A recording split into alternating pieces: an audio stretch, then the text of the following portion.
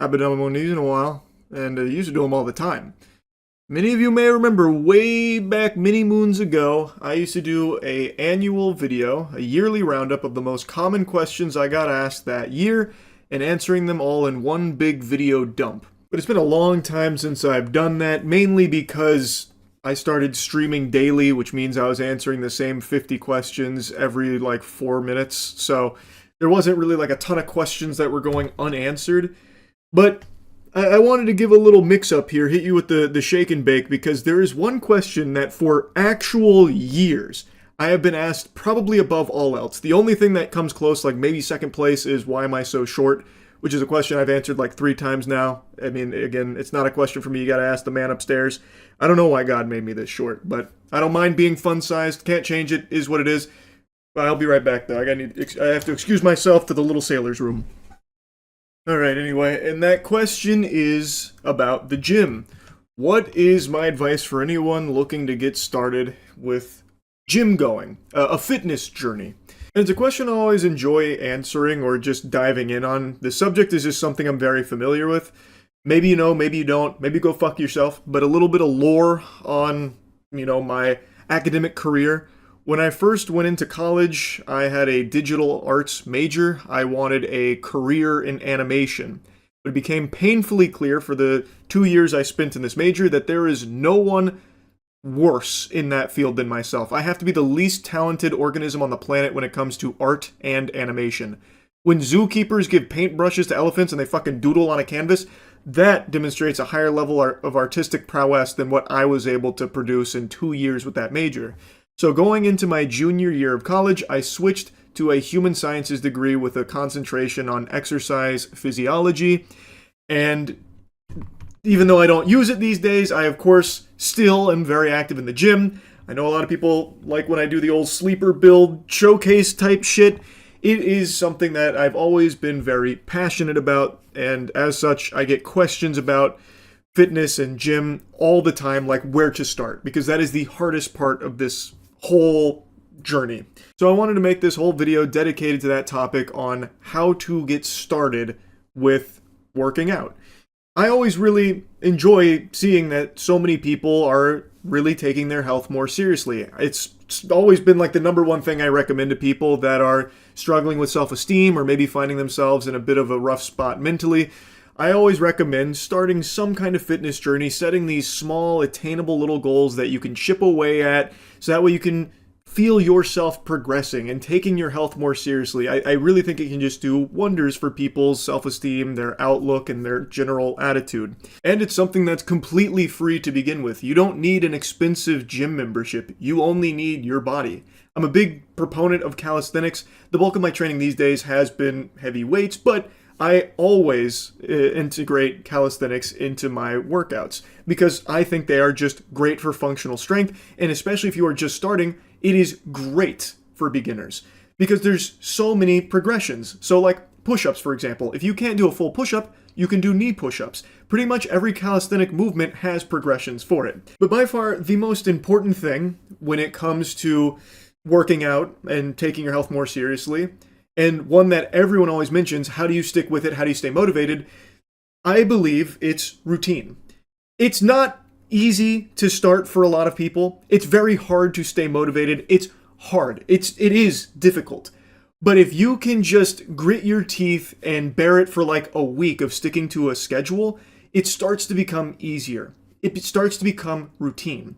It becomes more comfortable. And then over time, maybe you start to enjoy it. Maybe you and your friends want to start working out together. You go to the gym together. Then it becomes fun. Like, it may start as something daunting that you're not looking forward to, but if you stick with it for a week or two and it starts to feel like a routine, or even starts to feel fun if you're doing it with a friend, or you start to find the joy in working out, then it starts to be locked in. Then it becomes far easier to stay working out, going to the gym, this kind of thing. So that's always the number one piece of advice I give to anyone looking to start a health and fitness journey is stick with it for like a week or two so it starts to feel like a routine. It becomes a normal part of your scheduling because then it's a lot easier to stick with it.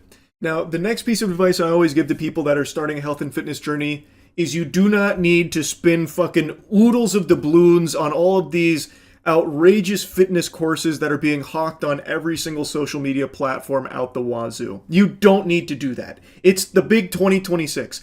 There is unlimited information right at your fingertips for exercise science. There are countless great resources online. There's innumerable channels on YouTube dedicated to every single possible training methodology that you could ever imagine. And when you're just beginning, you don't need to make yourself like the perfect split off rip. You don't need the perfect workout regimen to begin with. I think what's far more valuable to a beginner is having a big charcuterie board of a lot of different exercises that you have compiled from a lot of different training resources and trying them all yourself. Making sure to use good form, learning the movements, and finding which exercises you like the best. Because when you're starting a health and fitness journey, you probably want to be enjoying it. Having fun would make it a lot easier to stick with it. So finding the exercises you actually like doing in the beginning, I think, is far more helpful than immediately spending hundreds of dollars finding the most optimized workout splits for yourself. That can come later. Once you're more, seasoned in the gym, you know what you like, you know what's working for you, what's not, then you can start catering your workouts more specifically using other resources that are specific for the goals that you are trying to achieve. But I don't think you need to do all of that all at once. I think it's much more valuable when you're starting out to find the exercises that you really like. Now, naturally, that leads into another question. How do you find these exercises? Where do you go to learn about these lifts and how to properly do them? And how do you avoid the information overload if you do just type in just workout, for example? Because if you do type in something like that, you're going to get hundreds of thousands of videos from thousands of different channels and influencers telling you a bunch of conflicting things. Like maybe this guy over here is saying you're a fucking idiot if you're doing barbell bench press. This guy over here is saying, no, actually it's a gold standard to just flat barbell bench. This guy over here is preaching the gospel about, no, actually you have to dumbbell press. That's the only way to train your chest. That's the way you got to do it. And when you're just starting, it's a lot of noise. How do you figure out what's the best or who to trust? And I believe, kind of like what was said in the famous commercial, why not both? When you are just starting, I think it's valuable to experiment. So learn both of these lifts and try them for yourself. Because maybe this guy hates dumbbell press, but you end up loving it. So now that can also help you narrow down what channels you want to get your fitness information from, what resources work for you personally and what you enjoy most from your lifts. And like I said, it doesn't always have to be weight training. Maybe you fall in love with calisthenics. The point is just trying a lot of these movements and a lot of these lifts and figuring out what you enjoy most will help you stick with something. I think that's far more effective than immediately spending tons of money buying a program and, buying a bunch of supplements. Just try shit yourself first. And as you become more accustomed to working out, as you start making it more of a routine, then you can start fine-tuning it a bit more. And I think by trying a ton of things, it'll help you narrow in on what resources are teaching you these kind of things. And those can be the channels or influencers, whatever, that you follow as your trusted source for workouts, because it's what's, most enjoyable to you and what's working for you on a personal level. But as I said, the most important thing to start is trying to lock it in as a routine. And starting with somebody else is always going to make things easier. If you do this with a friend, I think that makes it infinitely more fun just off rip. So if that's an option on the table for you and a buddy to begin this kind of thing, I definitely think that's going to help both of you right away. But again, it can be done solo too. It just takes effort. It does take some time and it takes some effort. But I truly think it's worth it, which is why I always recommend it to everyone. And I always like when people ask me about it, even though I'm not the most knowledgeable guy in the world on it. Far from it. There are people far smarter than I on this subject, but hopefully this yap session has been helpful to someone out there that's been tinkering around with the idea of taking their health and fitness a little more seriously. Anyway, that's really about it. So yeah, if you could only see the world through my eyes, you'd be looking most people in their chest. But I'm going to show you a little something that these eyes have seen today. It's a pretty chaotic video with a woman and a man she was with. Could be husband, could be Tinder date, who really knows? Could be a complete stranger who was trying to impress her.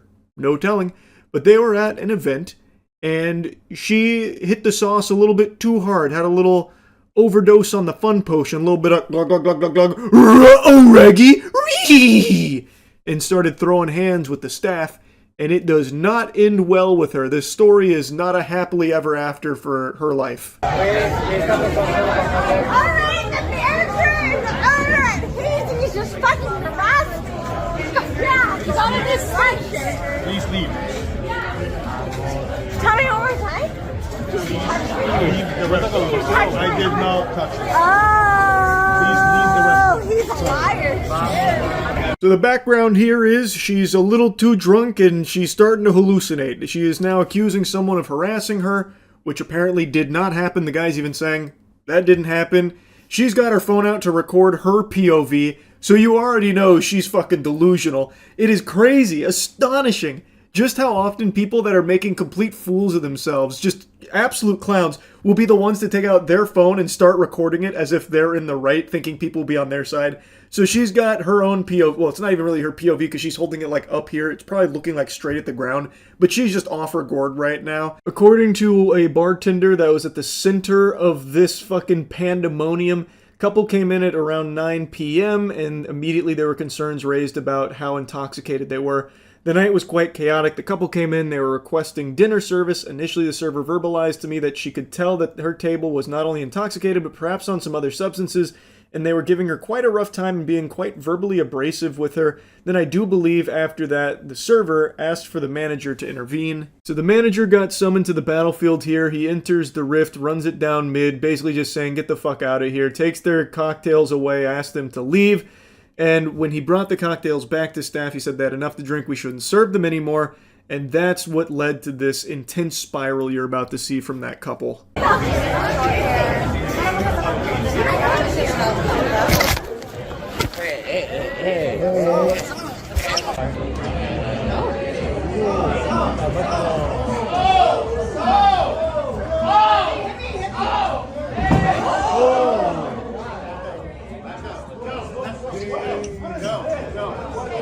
She tries to slap the phone out of someone that was filming her, which is odd because she wasn't exactly shy about filming this herself, but I guess she doesn't like the angle that that stranger was catching her at. I don't really know what the thought process was there. Obviously not a whole lot of thoughts going on in there in the first place. Right now it's just her seeing red and on a rampage. Right now she is just like in Kratos Spartan mode, but she's super drunk, so she's throwing wet noodles instead of knuckle sandwiches.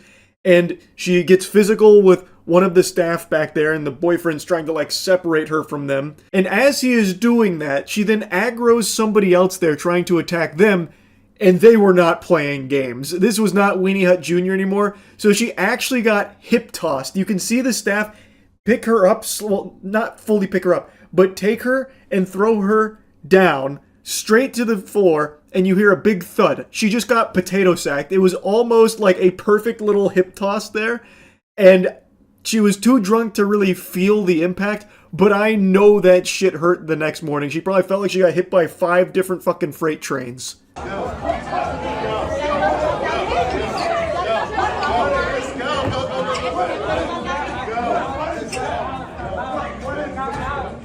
out the way. Get out the way. Let's go. No pooping.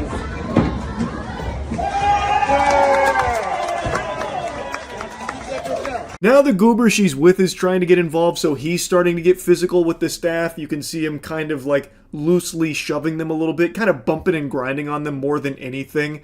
And eventually they both get dragged out of the establishment. The guy was getting absolutely manhandled. He tried to get physical and then ended up just getting like fucking little broed here to headlock. And then she gets taken out in like a pseudo full Nelson and people are cheering for them getting thrown out. That's how you know you are in the wrong. That's how you know you are a giant asshole, when people are applauding your exit.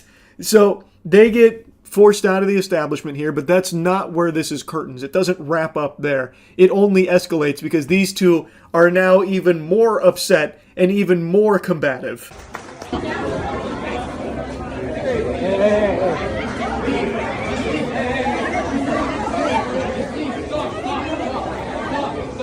Let go! Let go! Let go! Let go! No, let go right now, please. You want me to let go? Please let go. Oh, you want me to let go? Please let go. Please let go. I'm not touching your boy. Okay, stop. No, he got me Stop. down. No. Hey.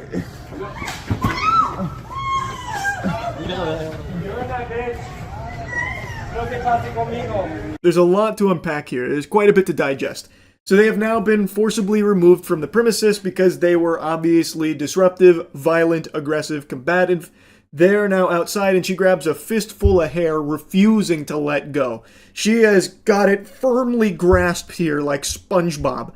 And as she does that, her boyfriend, or whatever goofball she's with there, whatever his relationship is to her, he is now gripping onto her like this, yanking her back as he is getting pulled back by somebody else. So it's almost like that stereotypical scene in a movie where like someone falls and like 5 people grab each other's arms trying to catch them. It is that, except people desperately trying to get these 2 fucking colossal losers to get out of there. And unfortunately, it's still just not enough. She is a force of nature fueled by pure alcohol in her veins. She's still going Insano style, and this time she's breaking free. She's going off the fucking leash here. It's sicko mode now. Because the employee whose hair was being grabbed her phone, saying, she wraps my hair around her hand and just pulls on it for dear life. It was quite painful, and that she only let go when he took her phone out of her hands and threw the phone to distract her to get her away from the restaurant. Like throwing a bone at a dog that's attacking you. So that's exactly what happens. He threw the phone, and immediately she's like going right after it, so charging back towards them. And so she got tripped, and my God, it's like all the momentum stopped. Not like she was, really breaking any land speed records for her 40-yard dash or anything. She was kind of drunkenly waddling over there, but when she was running and got tripped, it was textbook form, and then she just drops like an anvil. Like a piano being dropped in a cartoon. She just hits the ground so hard instantly and starts calling the wambulance. She starts immediately crying in a Peter Griffin death pose.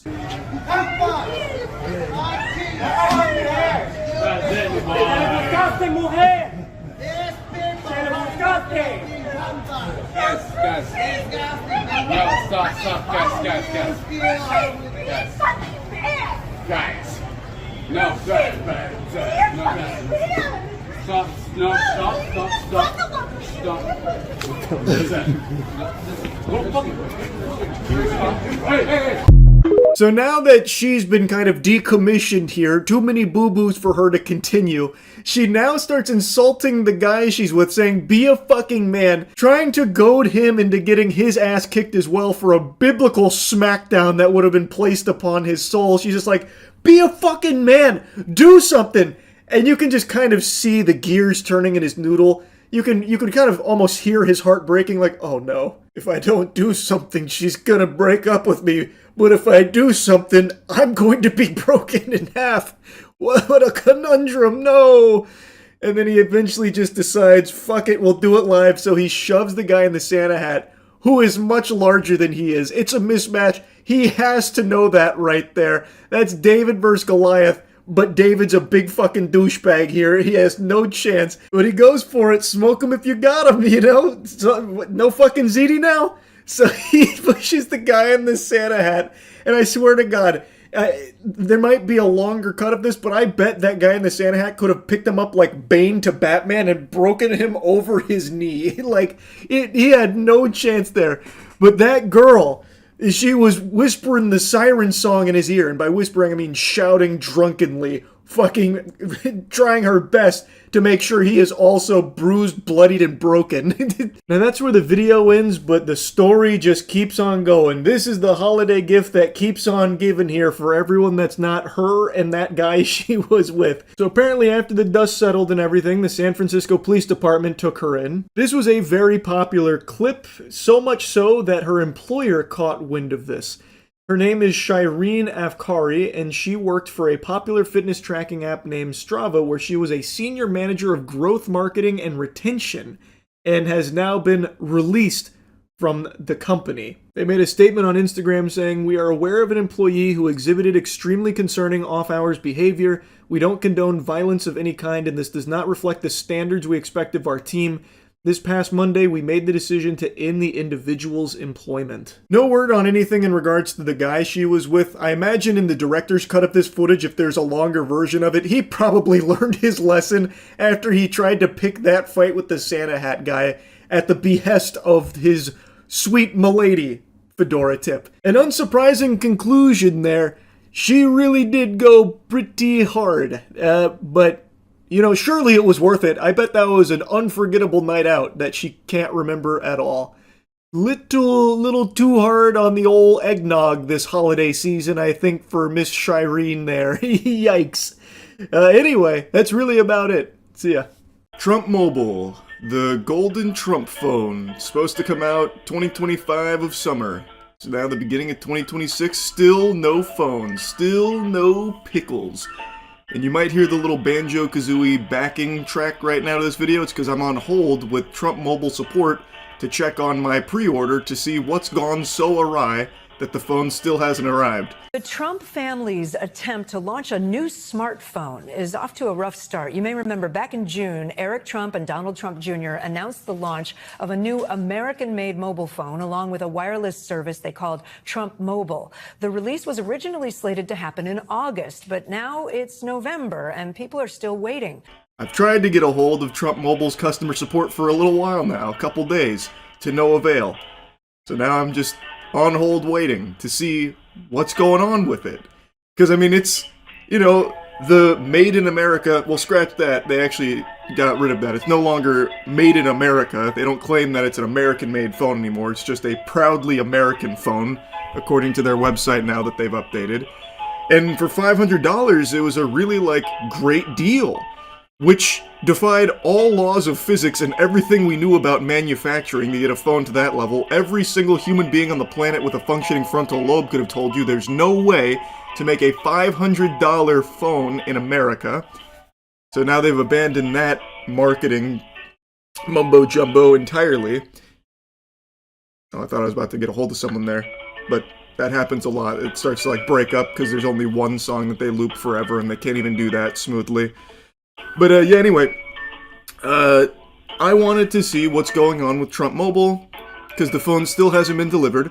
There's no signs of life. There's no pulse at that company, if the company even exists in the first place. I'm starting to get skeptical now. And yeah, I'll just keep you updated as I continue to stay on hold endlessly in this fucking void, this purgatory that they've locked me in here. Alright, let's try again. Yesterday they were closed, so this is right in business hours and business time. Thank you for calling Trump Mobile. For English, press 1. Para Español, oprima el número 2. Press 1 to open a new Trump Mobile account. Otherwise, press 2 for support with an existing Trump Mobile account. Thank you for calling Trump Mobile. Your call is very important to us. To ensure the highest level of customer care, this call may be recorded for quality control and training purposes. Please hold, and our next available representative will be with you shortly. You can also visit our website at www.trumpmobile.com to apply for a new account or access your personal account portal. Hey, I just wanted to check on the status of my pre-order. I'll be more than happy to go ahead and assist you, ma'am. Please have the telephone number your account is under. Now, interestingly enough, I gave them a bunch of phony baloney information. Like, the email and phone number I gave them are not associated with any Trump phone or Trump Mobile pre-orders, yet somehow they found my account. I don't understand how, because it's not registered under anything I provided, but just in case that does end up being someone's actual phone number, I'm not going to put that clip in here, but what I gave them is not tied to a pre-order because, shocker, I didn't put $100 down on the Trump phone, but somehow they were able to locate my account. So, due to the government shutdown, there were some delays with the delivery process. Everyone who pre-ordered the T1 phone has secured their order for the phone. So what we're doing is that we are sending out the phones priority shipping. Soon as shipment resumes, everyone who did pre-order the phone will receive a confirmation email once once the phones have been shipped out. Okay, wait. I mean, it was supposed to come out in the summer, though. That was before the government shutdown. I thought there was just some kind of. I'm sorry. Go ahead. I was just saying it was. I was expecting it in the summer of 2025 when the shutdown wasn't till after that. I guess I'm just a little confused on how that affected the manufacturing. Well, the phone was scheduled to come out in December, which is around the time that the government shutdown did happen. And like I said, the reason why it was delays on it was because we needed to get the approval from the FCC, the Federal Communications Commission, before releasing the phones. And so that's why we are doing priority shipping to get the phones out to the customers as soon as possible. Is there a time I should be expecting it? Like, is there an ETA? As of right now, we don't have like an exact time frame. We were just told just to update the customers. Once shipment resumes, we will be communicating with all of our customers via email. Okay, well, but I'm sorry for the skepticism. I'm just getting a little concerned because it's been a while. The phone is real though, right? Have you, you've held one? Honestly, me myself, I have not actually held one in my hands, but they are real. You can also go to our website at trumpmobile.com, and like I said, it does have all the information about the phone as well. Well, yeah, I see it on the site. It's just me and my family we were kind of expecting it by now. Do you know anyone that has held one? Like, do you know anyone that's using one currently or anything like that? I'm going to be honest with you. No, because like I said, everyone pre-ordered the phone, has not gotten their phone as of yet. So, from my knowledge that I know of, no one has received their T1 phone as of yet. And we know that, like I said, the customers haven't, been waiting on it, and we do value our customers. And like I said, that's why we are trying to, expedite the process to get the phones out as soon as possible. Okay, well, I appreciate the honesty. I guess I'll just sit tight then until I get that email. I really appreciated how honest this guy was. It would have been super easy to say, oh yeah, I'm actually holding a Trump phone right now. But he didn't do that. He just said, yeah, I've never held one. I don't know anyone that ever has. I appreciate that he was willing to be that open. He seems like a good guy. And I imagine they're probably getting flooded with actual customers being very concerned where their phone is because they've actually put money on it. And it's not like it's an insignificant amount of money. $100 for a phone that was supposed to ship like 5, almost 6 months ago now. And when you go to the website, they still proudly say that it's coming out by the end of the year, which was 2025. That year is now past. That year's in the books now. It's done and dusted. And they still have it on their website that if you're pre-ordering now, you are going to be getting it by the end of the year. 2025 is the assumption because it's been there since 2025. It's pretty absurd. In fact, when you go to their website, you can still put the $100 down to this day, despite there being no evidence of the phone's existence, not even from customer support. You can still put $100 to the idea of the golden Trump phone, despite no planned or expected release date or anything to bring further clarity to the whereabouts of this unicorn they're calling the Trump phone. An American flag on the back, and so we put that pre-order, and they were promising that these phones would be released in August. Here we are in November. I've been trying to get out to the call center every few weeks and say, hey, what's the update? And I've been perpetually told it's going to be released at the end of this month. It's going to come out next month. When I would ask about reasons for the delay, they didn't have much to answer for except for that they were working on this phone. At one point, they even blamed it on the government shutdown, interestingly. But again, his findings are similar to mine. The support did say it's because of the government shutdown. I guess a very convenient excuse if you ignore the fact that it was supposed to come out before the government shutdown. Support then, of course, just doing his job. It's not like I blame him or anything. Is saying, no, it was actually supposed to come out in December, which isn't really the case. But even then, it's past December and everything like that. The government shutdown, it's in the past now. Where's the phone? It's January. This segment was from November. It just doesn't seem like it's real. It doesn't seem like it actually exists. And I think a lot of people that put the $100 down have probably forgotten they've done that. They probably forgot that Trump even has this Trump phone that he pitched because he is hawking so many products to enrich himself and his family. He has like actually over 200 like fucking pieces of merch, the Trump cologne, the Trump Bible. Like he has so much garbage that he is putting out there that a lot of things like this just fall through the cracks and people just mindlessly giving him money. They probably forgot about this. But you still haven't received what you were supposed to with your $100 down. You have still not gotten any information on where your Trump phone is. That should be something that's pretty eye-opening to a lot of people, but I'm sure they'll just hand-wave it. No, it's so highly advanced and such powerful American-made technology here that it's just taking a little extra time, which is why they can't actually explain anything. That's what's going on here. When the reality is, they can't make that phone for what they were saying. Like, you could probably go to Temu and start drop shipping a golden Trump phone, I guess, but their initial claims were that it was American-made, and even on their website, they still have, like, the nomenclature that tries to mislead people into thinking it's American-made by saying it touches American hands during production, as opposed to being entirely American-made, because you cannot make that here for that price. You can't. You literally cannot. So it is going to be probably made in China, and if it ever comes out, will not be what it was advertised as.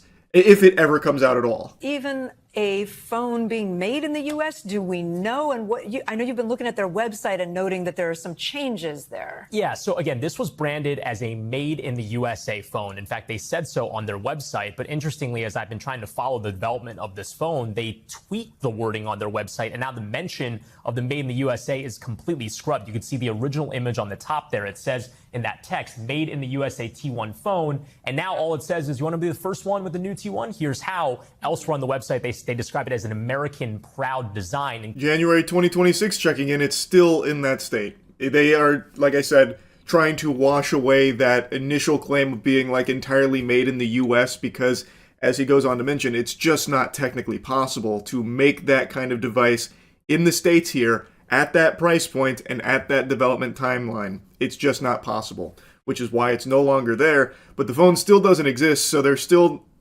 I don't know, having a hard time developing it overseas too. I thought for sure they would have just farted out something very quick from like Alibaba and called it the Trump one, just to like satisfy the people that gave him money, which is no doubt a lot of people. I think it was hundreds of thousands of people pre-ordered the Trump one, like the Trump phone. And they are still getting nothing. There's still nothing there with no answers and no expectation on when it's arriving. So, just wanted to give you a little check-in here in case you forgot about the Trump phone. It's not looking good. I'm sorry to tell you, sports fans, but it's looking like you got schmeckeldorfed. That's really about it. See ya. Merry Christmas, you filthy animal. Great news. Krampus came early and he slit the throat of Ronald McDonald, took control of the company, and farted out a wonderful AI advertisement that everyone's making fun of. And while the ad itself is terrible, the response from the people behind it is the most pathetic shit you could imagine. I'm not surprised McDonald's would go the route of like Coca-Cola AI ads trying to force that up everyone's asses. But what I am surprised at is that the people that actually generated it are like genuinely trying to present themselves as if they did something impressive, like this was backbreaking labor. It is a comical response. But anyway, let me show you the AI ad. It's the most terrible time of the year. All the shops turn to mayhem, even Santa knows space, and the tree redecorated your place.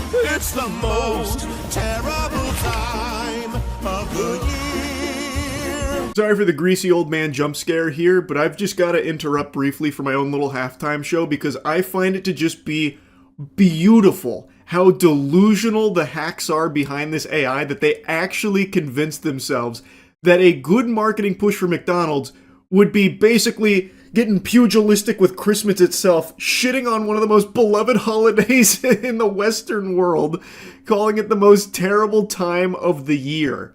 That is a galaxy brain scheme right there that only the most poisoned of AI meat gobblers could cook up. Like, actually some shit the Grinch would maybe pull, but even then it'd be somewhat charming. This is just foul. The most terrible time of the year, and showcasing why Christmas sucks using an AI advertisement to promote McDonald's. It doesn't really get worse than that as far as combinations go. That's like combining Coke Mentos and my fucking raw bussy. The roast turned to charcoal and the cookies burned too. Freaking chaos, it feels like a zoo. It's the most terrible time of the year. So you flee from the madness, the lights and the cheer, and hide out in McDonald's till January's here. Oh, McDonald's can save us from Christmas? Well, I'm out the door right now. I want to make sure I avoid Christmas and family and all of the holly jolly spirit. It can save me from the madness. What a great idea. Incredible marketing campaign. If you hate Christmas, McDonald's is the place for you. Now, like I said, the ad is bad. It looks like shit. It is very clearly just AI slop. No one's gonna watch this and get any warm, fuzzy feelings inside their soul or anything. It is just very cheap trash. But don't tell that to the agency behind it, because they are defending this garbage tooth and nail. Before diving into the spaghetti and meatballs of the full statement, let me give you a sneak peek here, the appetizer from marketing manager Karen, who stated that the goal was simply to show that December is a busy month for everyone. Not to diss the biggest holiday for much of the Western world, we want to give people something to look forward to each day, not only the traditional peak dates, and this campaign brings that idea to life in a new way. Karen, do you have eyes? Did you watch that by chance? I feel like what she may have been given is a ChatGPT prompt of what was initially pitched as their marketing campaign, but the video they got does not reflect that idea at all. It is blatantly calling it the most terrible time of the year, showing that it fucking sucks, and that the only escape is by going to McDonald's to hide out there until it all passes like a storm. Like some shit out of the mist, really. So I don't know what crack pipe she's boofing here to be saying that the campaign is about giving people something to look forward to each day. What it's actually presenting is an escape route from the season. Go to McDonald's if you need to get away from the hustle and bustle of Christmas, the most terrible time of the year. Like, I don't know what she's yapping about. I think it's pretty clear showcasing all of the worst parts of the holiday season without ever really giving you anything about, like, but it's all worth it because family matters, you know, fucking Fast and Furious style. Instead it says, it's not worth it, you need to escape to McDonald's ASAP. It's like fucking Cloverfield or something. You gotta get away from the monster, go to McDonald's, we'll save you. It's a pretty bold marketing move. Now, obviously, I don't give that much of a fuck. I'm not on the board of directors here at McDonald's. I'm not a shareholder, and I'm not offended by it or anything. But I do think it's weird. Like, if this was my company, right? Like, if this, let's say for Cheeky Soap, I reached out to a marketing agency to make me an advertisement to play during the Super Bowl to promote Cheeky Soap. And what they give me back is something that associates my brand with, like, hating Christmas or something. I'm raising an eyebrow. Like, let's say I get an ad back and it's like, if you hate Christmas and you love to beat animals and beat the shit out of orphans, then make sure you shower with Cheeky Soap before getting your hands dirty. I'm pumping the brakes. I'm like, wait a minute. Hold on a second here, sports fans. Maybe let's not associate my brand with that kind of, like, super negative shit. How about the other thing? Like, you love Christmas, you love puppies and helping orphans, then you shower with Cheeky Soap. Why not that? You know what I'm saying? Like, it's just weird that the whole ad is about, like, Christmas is so terrible, you gotta escape it by going to McDonald's. It's fucking stupid. And of course, it's all an AI slop ad in the first place, so it's even worse. But the whole thing is just fucking baffling to me is all. But anyway, the main thing I wanted to throw tomatoes at is this statement here.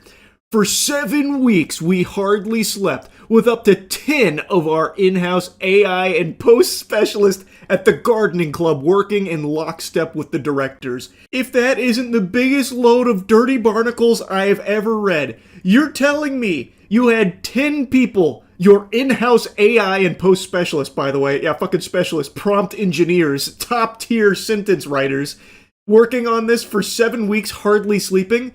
Yeah, I'm fucking sure, buddy, and I'm 7 feet tall. That is so fucking stupid. What a bold-faced lie. And if that is the truth, if you actually had to have 10 lobotomites here working on this, writing sentences into the AI to produce this, then you guys are fucking idiots. Actual morons. You could put a paintbrush in an elephant's trunk and just set a keyboard in front of it where it's pecking at the letters and it would type out enough sentences to have the AI spit out basically the same fucking ad, I'm sure, over time. And it probably wouldn't take it 7 weeks to do so either. What directors do you have? Some dude that's just sitting there fucking zooted out of his mind saying, yeah, it's good, write that sentence. It's so dumb. It's such a lie. But maybe they did actually have a lot of staff and they hosed McDonald's for a huge paycheck here for this, pretending to do 7 weeks worth of work. That I could absolutely see where they're just taking a ton of money from them, pretending to do like a lot of work, even though anybody knows that this is not a lot of work. It's AI generating a fucking 45-second commercial. You can do that in literal seconds. Every shot traveled through a rigorously engineered tool chain, real Google Earth plates, advanced style transfer, pixel-level photo repair, custom LoRaS, control nets, bespoke comfy UI graphs, and thousands upon thousands of tightly steered iterations. Bullshit! Baloney! This is a ChatGPT generated response here where you ask it to just make up a bunch of hocus pocus jargon here in an effort to confuse people into thinking that you actually did any real work at all. You didn't. Liar, liar, pants on fire. You just typed a few sentences in over the course of maybe an afternoon. Then came compositing, lighting balance, physics corrections, physics corrections? My left shoe you did. Anyone who watched the ad can point out tons of fucking problems with that statement, like this guy who falls on the ice and his whole body folds in on itself like origami. Physics corrections, what a joke. And final finishing in flame. We generated what felt like dailies, thousands of takes, then shaped them in the edit just as we would on any high craft production. This wasn't an AI trick, it was a film. And here's the thing I wish more people understood. Magic isn't the technology. The magic is the team behind it. People who pushed, questioned, experimented, swore at broken models, solved impossible problems, and refused to stop until every frame felt cinematic. I don't see this spot as a novelty or a cute seasonal experiment. To me, it's evidence of something much bigger, that when craft and technology meet with intention, they can create work that feels genuinely cinematic. So no, AI didn't make this film. We did. Oh, chills. Literal chills. Wow. What a statement. That's powerful. Man, I take back everything I said. After reading what went into this, the Herculean effort it must have taken for them to produce such a high-quality cinematic AI McDonald's advertisement about Christmas blowing ass. I just can't believe that I would belittle them for this. I feel like such a fool now. Oh my god. And the physics corrections that they must have went through. That poor guy must have been really scrapping in the lab to make it look as good as it did. Fuck. Inspirational. That's the word that's popping into my head now. Now that my eyes have been opened, enlightened into all of the work from such a talented team that went into this. At Sweet Shop HQ, the masterminds responsible for this masterpiece that will no doubt stand the test of time as one of the marketing greats. Now that I see it, I can't unsee it. I know that what they've done here, fucking trash. And that the entire team behind it at Sweet Shop here must be the most insufferable losers on the planet. Holy Toledo. What a statement, Sweet Shop. Really incredible stuff. You did a great one generating this response. I'll tell you that much. The AI cooked for you there. Wow. Anyway, this shit sucks. That's really about it. See ya. Hey, Chauncey Billups is kaput, and we wanted to celebrate by... I don't know. This is like the worst intro. Gambling has been a big topic of discussion. Chauncey Billups indicted on some very serious allegations of cheating in poker games. We brought out what I believe to be one of the most talented human beings on the planet with cards, Simon, who is going to be our dealer here and cheat, showing these methods. Chauncey Billups used technology, but now you know you can't trust technology, and you also can't trust human beings either. You can't trust this guy. Simon, I've spent the day with him. He's just technology. he's like an actual warlock. Do you want to I am Iron Man. Do you want to intro with yourself. A little intro yourself? Show a little trick. Yeah, my name is Simon Black. I do magic. It's quite fabulous. But I also I specialize in technique with playing cards. So I love hands-on kind of analog stuff, not technology, but like they were saying, I am the technology, But anyone can learn this kind of stuff, Any of this stuff can be useful. And then the thing is, I can extend even beyond that. Like you could reach in and just grab one of those. It could be anyone. Just this one. Here. You can remember it. It doesn't matter if I see. It's not that kind of. But don't show me anyway. Okay, so look, check this out. You could have taken any of these, yeah? Look, all of these cards are different. Now I could look through and I could try to guess which one is missing, but that becomes very difficult, because there's 52 cards in the deck, and you could have taken any one. So instead, like I will try my best. If I just kind of flick, I can get one card out. Look, that's the 9 of diamonds.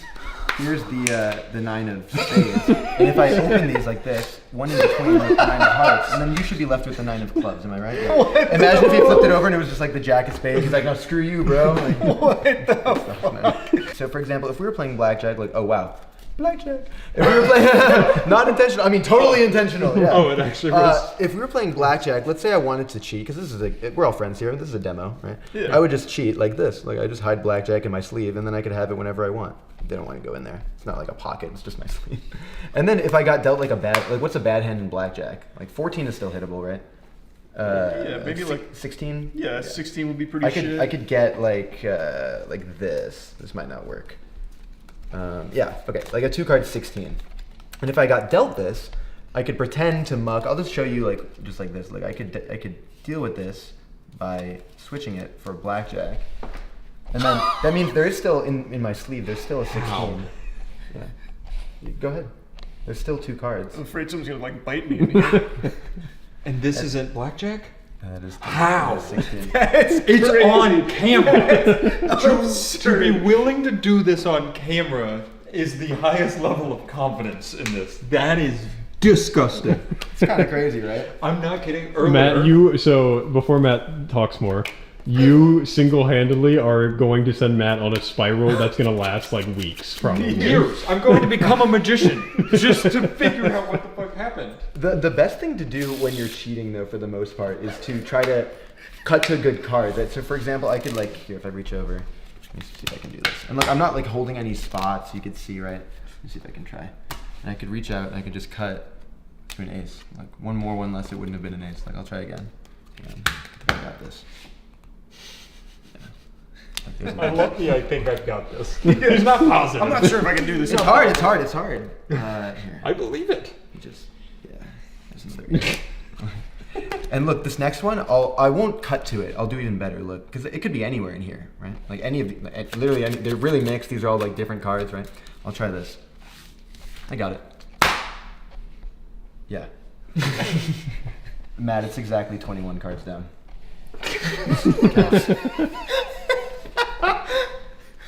21. 13, 14, 15, 16, 17, 18, 19, 20? 21. 21. The ace of diamonds. And like... They're just cards. You can check it all out. I'm going to stop yapping. Earlier today, I had yet to see him do a trick. He was in the barn doing this with Charlie and Aaron. As I'm walking through the barn, Aaron walks out of the barn visibly frustrated. And he's like, I'm not kidding. That is a demon. Like, he was like, whatever he just did is not of human nature. He was like, it's insane. This is all gambling oriented stuff. Yeah, I mean, I do a lot of other, like, it's a thematic video and stuff. Yeah. But obviously I do, I specialize in card magic, but I can just kind of apply magic principles and make them look like I'm cheating. But if I'm going to be completely honest here, none of the stuff that I'm doing here is like applicable at a casino because of cameras, and also like if I keep winning and all that stuff, you're gonna want to these cards are like super. The players at home might think that they're like messed up. Look, I have other decks. Like we can use. It doesn't even matter. I don't know how you're gonna cut this. You can probably cut this part out. But the people at home, what was I trying to say? Cut. Right. Yeah, I remember. So the people at home might think that I could just walk in anywhere and do this kind of thing. But the thing is, if I was just winning at a casino, eventually they'll ask me to leave, right? The casino can't prove necessarily that I'm doing anything if I'm not doing like techniques. But if I'm just like knowing where cards are or whatever, it's not like I'm shuffling the cards. There's a dealer present, right? So you have to end up going with like, switching cards. But again, I'm not even holding the deck. So even if I were to go forth and make like, if I wanted a 4, for example, or any, let's just say, then it wouldn't work. I'd have to, if only, all this stuff would only work at like a home game. You know what I mean? Which Chauncey Billups specialized in, exactly. by the way. But if I was playing a home game, then I wouldn't want to win myself. I'd want like someone else to win. Otherwise, it would kind of be futile, right? So instead, here I'll try this. I have. If this doesn't work, then you can have this $20 bill. You guys don't need it, but There's a chance it's mine anyways. Yeah. Exactly. So I want to play the fairest game of poker possible. Okay, so we'll play together. Okay. Like I said, if we were actually cheating, I would want to play with a partner and have them win, and have them just be a random person that came in, not have me win because it would give me away, right? So here, can you shuffle these together? Yeah, absolutely. Fairest game of poker possible. Beautiful. You can push them. Oh, close enough. Embarrassing. Actually, I've never failed a Maybe riffle you shuffle. just messed him up. I don't think you did. It's fine. And then we'll play. Let's just say we're 5-handed. Let's just say I'm getting a phone call. Doesn't matter. Deal 5 cards in a row, but they could be in any order. Like we're doing. Okay. Like, do you want to switch any of these? No, that's fine. You sure? Yeah. Okay. And then how about this? Cut these again, and then shuffle them together. I know you could do a better job than last time. Yeah, this is your redemption. Can I cut that again? Yeah. Okay. Let me get more even piles so I don't fuck it again. Nice. There we And then go. give them a cut as well. Okay. Yep, and complete. And then continue dealing. And again, this is not like traditional poker. This is not what we would do. Now, do you want to deal in that order, or do you want to swap any of this? Can I swap 2 of them? Yes. You care if I swap? Swap them. We're gonna beat the dealer. He's got no Is that idea good? what's going on. That's fine. Okay, I didn't make you do that. Right? Well, again, we're playing together. We're Right. on a team. Yeah. I kind of feel Sorry. like you did make him do that somehow. Like I think You know, I'll take credit I for think it. Do you want me to swap it back? Matt. No, because you planned on that too. No, the thing is, Matt. Like I said, we're doing this together. You know, we're all really. Yeah, we're a team. I'm the only one with money on the line. Yeah. But at the end of the day, this is your decision collectively, right? So this is good. Okay, point to a packet or a hand, because you don't even know what these are, right? Right. And like we said, we didn't actually deal them to any of us. There's only 3 of us. There's 5 hands. So which one are we not going to play with? We're going to eliminate.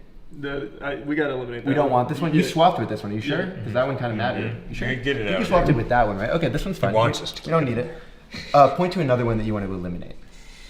You know what? You never expect. We're getting rid of it. Right Okay, next to getting it. rid- Okay, point to 2 that you would keep, which is the same way as saying point 1 that Danny, you point to 2 of them. Point 2 that you want to keep. We'll choose between. He hasn't These even two. talked to me. These 2, so this one's going? Yeah. You sure? Yep. I'm sure. And then you only have 1 more. Again, which one's the winner? What do you think? It doesn't matter. They're both blackjack. Okay. This one's the Well, winner. we're playing poker. Just hold them. Just hold them. Oh, okay. This one's the winner. So you want to keep this one, or you want to get rid of it? We you want want- to muck the winner, or you want to keep the winner? It's up to you. This is again. I'm not like making you. Because sometimes magicians will say like, "Oh, choose one to." This is very clear, right? Which one do you want to keep this one, or do you want to eliminate it? I think it's up to you. We're We're keeping it. I'm not fucking leaving. We're getting rid of this. No, that's leaving. Last chance. Yeah. Gone. Okay. We don't need these. None of these matter. You sure? Yep. I believe you. Gone. This is the winner. I believe. Can you deal out? Do you know how to deal hold 'em? Do you know what the procedure is? Yeah. So you burn 1 card, and then deal the flop. 3 face up. Here, Yeah. I'll deal it more towards camera. Okay, so there's like a straight draw here for any of the people. I don't know if we had like 8 and like Jack 8, for example, would be good here. Or what's the nut? There's no nut here. Jack 8 is the nuts. In fact, if you guys don't know what that means, the nuts means the best possible hand, right? Jack 8 here is the nuts. Okay, let's deal the burn and then turn. Okay, so the flush comes in. So now we open up. Just an 8 is a straight, but also like if we had ace of diamonds and then any diamond, that would be the nut flush. But also like an 8, 5, 8 of diamonds or 8, 10 of diamonds is a straight flush. Super Here, solid. Burn and deal the river. Okay, that's not bad. Okay, the 5 of diamonds already there. Okay, sick. So the nuts at this point is literally just the 8 of diamonds. Or second nuts would be like ace of diamonds and then anything, right? Right. Let's see what we have. Remember, you chose exactly these cards, right? Look at this one. Does this help us at all?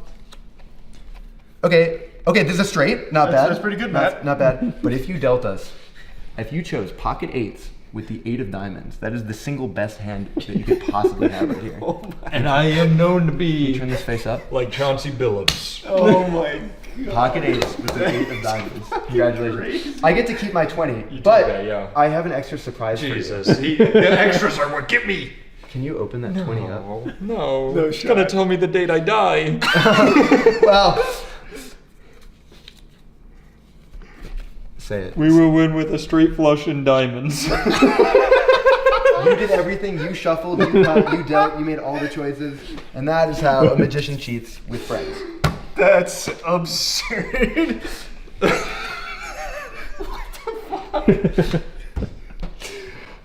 I've never felt more on edge than around you. Oh, thanks. I like you too, man. That is crazy. That was amazing. Incredible. These are just cards, by the way. You guys can check these out. I mean, you shuffled these, you cut, you did everything. And you can look at the burn cards as well. None of these are another 8. That would have given us a set, but no good, obviously. Huh. Oh, god damn. Yeah, it's pretty nasty. Yeah, so obviously when you're gambling, you don't want them to know that it wouldn't be like in a performance scenario like this. You wouldn't want them to know they're getting swindled. But facial expressions and psychology and body movements, reading that kind of thing are called tells in the gambling world. And you can kind of key into something that someone might be thinking, whether it be a play they're trying to make or even a card that they're thinking of. And yeah, so we can try something kind of like that if you want. So here, I can try to. You need to do this one. Yeah, Alright, you I'll do do this this one. one. This one's fucking Before crazy. I think we did this one. No, right? this was before you came. I think that was the one. I'll get rid of that, but we'll come back to that later. You got rid of a card already? Yeah, but we'll get to that later. What I'd like you to do, Matt, and also Charlie, I'd like you both to think of a card. Do you have one? Yeah, I've got one. You got one? You have one too? I've got it locked. Yep. I'd like you to change your mind to a new card. Okay. Okay, can you both change? Yep. The reason I have you do that is maybe everybody thinks of the Ace of Spades or the Queen of Hearts or what have you, right? Yeah. But there's no way I could have known that you'd come here with a preconceived card. Yeah, hold on here. This money's still here. I'll take that. Okay, you have one. I'd like you to say them out loud at the same time. So I'm gonna snap my fingers on 3, and then you both say them out loud. Okay. If they're the same card, I'm gonna walk away, and that's the trick. But if they're not, then we'll deal with that. Okay? Ready? 1, 2, 3. 5 of 6 of spades. spades. Six. It's 6. This is crazy. You could have named any one, right? I didn't make you say that. Okay. Can you come over here? Can you cut some cards? Not too many, like a third. That's good. And then just turn those face up.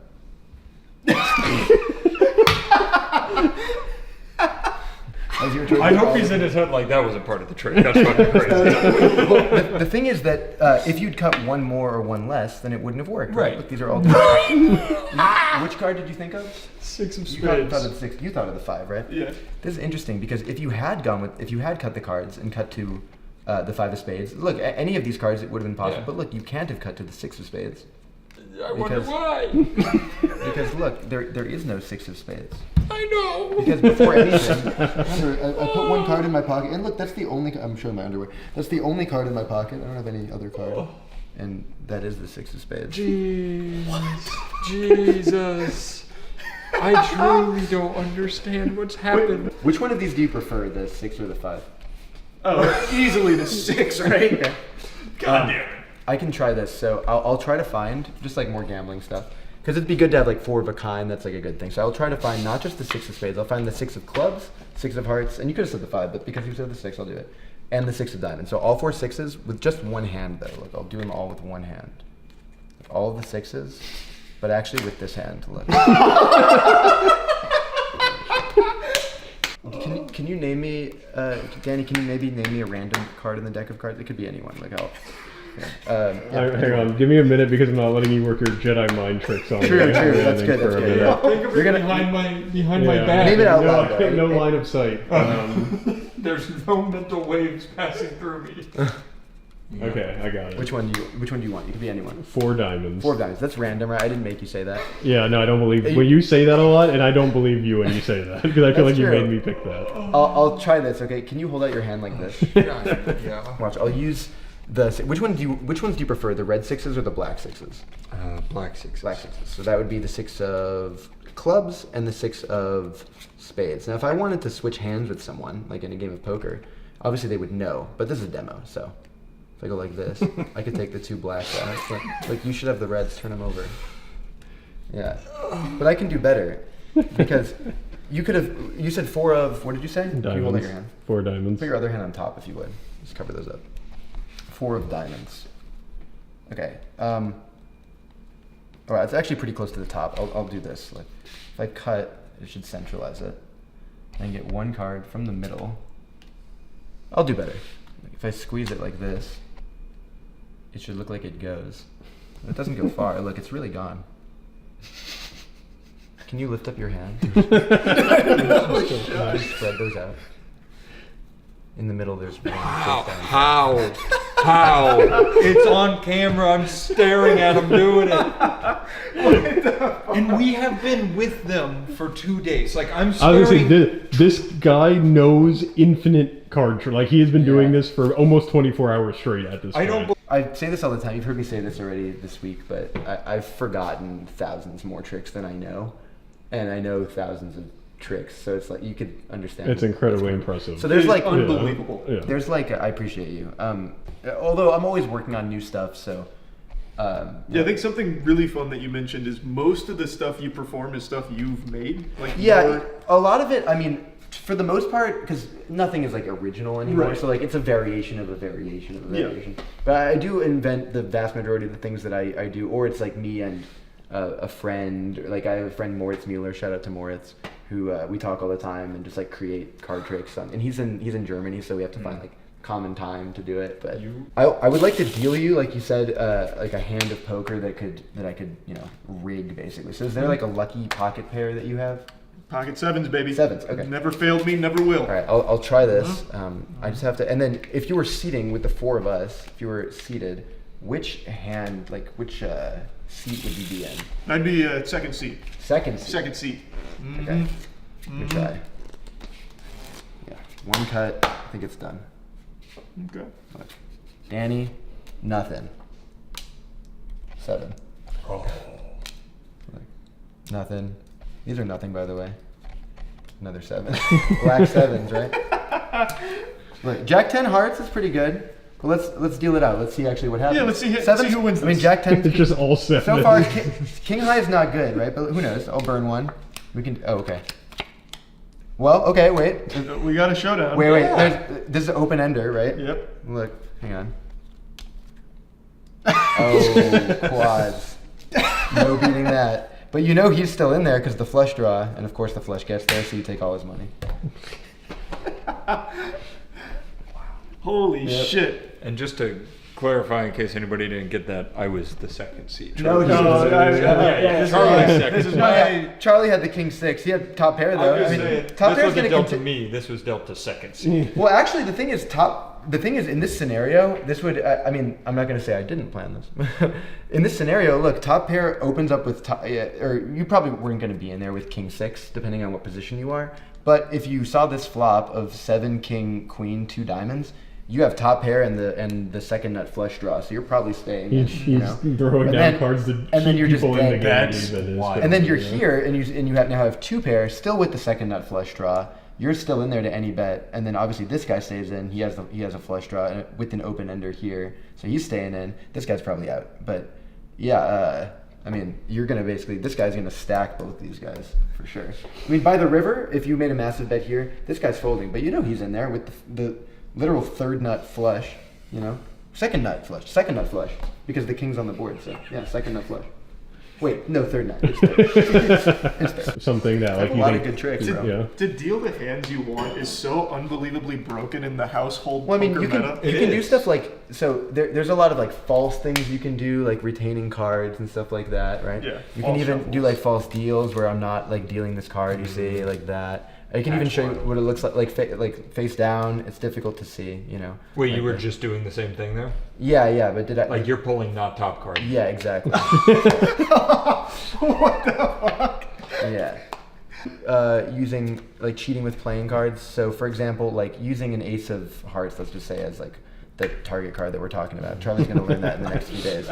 It's close. I could, like, retain this card. These are, like, different false deals, stuff like that. I could even do it face down. I can show you in, like, slow motion what that would look like. Right? Stuff like that. And you can, like, you can see that as these go by, like, the thumb really, like, lifts up, and it looks like I'm dealing the card. That's, like, false shuffles, false deals, and stuff like that. I mean, there's a lot of things that you can do. Just take one. Yeah. Be careful, Jesus! All right, wait. Are you sure that's the one? I'm gonna Are you take sure this that's the one? one. That's the one. Can I look at it? Yeah, please. That's the good one. Oh, that's a big card. That is a big card. Yeah, I'm really good at this. I will try this here. You can just hide that over there for a moment. Eat it. Like not in my pocket. Yeah, just leave it out. It's fine. It doesn't matter. Just saying. Yeah, perfect. I firmly believe that is no longer the card I just said. Can you take like a clump of these cards, like just like a bunch? You don't have to look at them. Just hold them in your hands, just like that. And then can you take some as well? Like just reach out and grab like a clump. Beautiful. Sorry, I'm not leaving any wiggle. How many room cards here. do you think this is, more or less? I can take this. It's okay. Oh. How many cards do you guys think you have, more or less? Between the two? Yeah. Like 16. 16? Okay, I only need 13. Can you take them and deal them down? 13 I could cards. have been wrong. Might be 12. Or maybe 12. Yeah.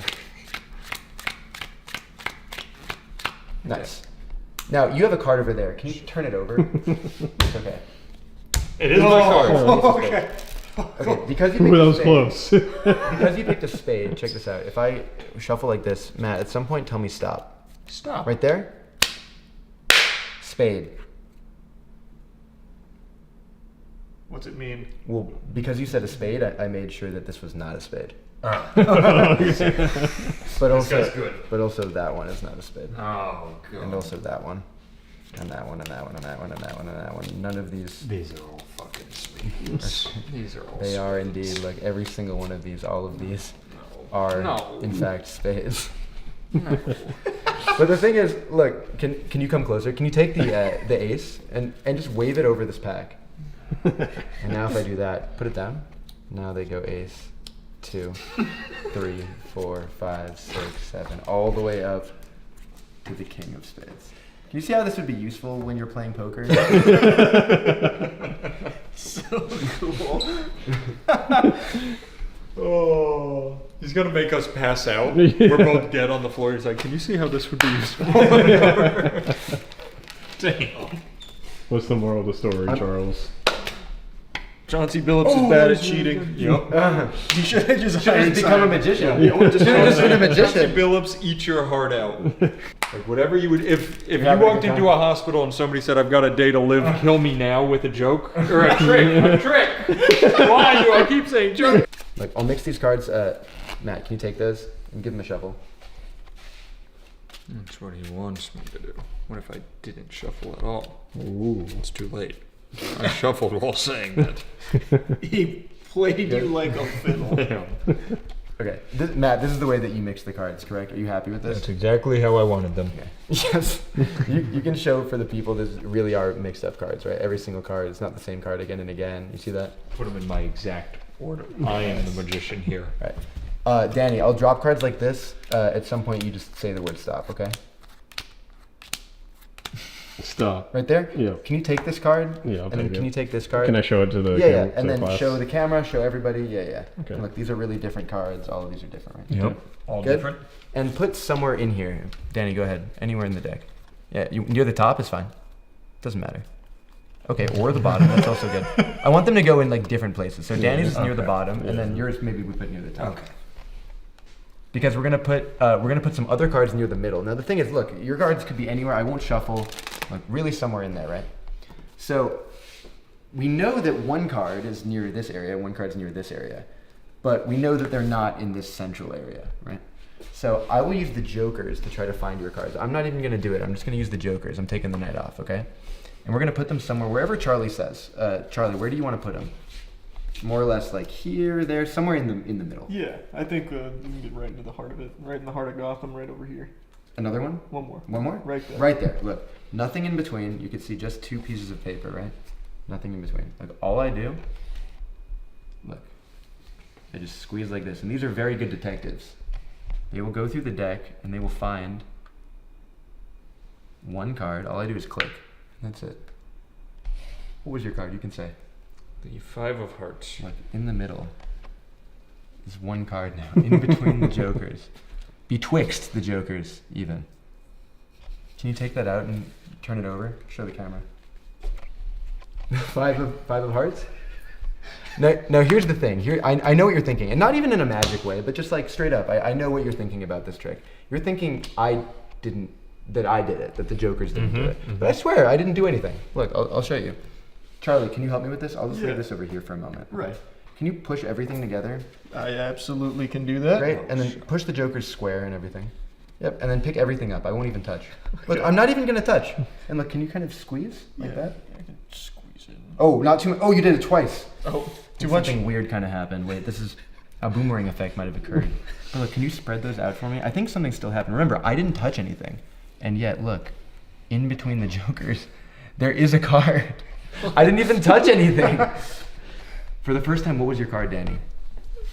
I feel like eight of spades. I'm pretty sure. I kind of forgot. I'm gonna be honest. Worst case, re-roll the foot. I think it's an eight of spades. The thing is, because but they know what it is. Because this is a boomerang, I think this is not the eight of spades in between. I'm pretty sure in between the jokers is the five of hearts again.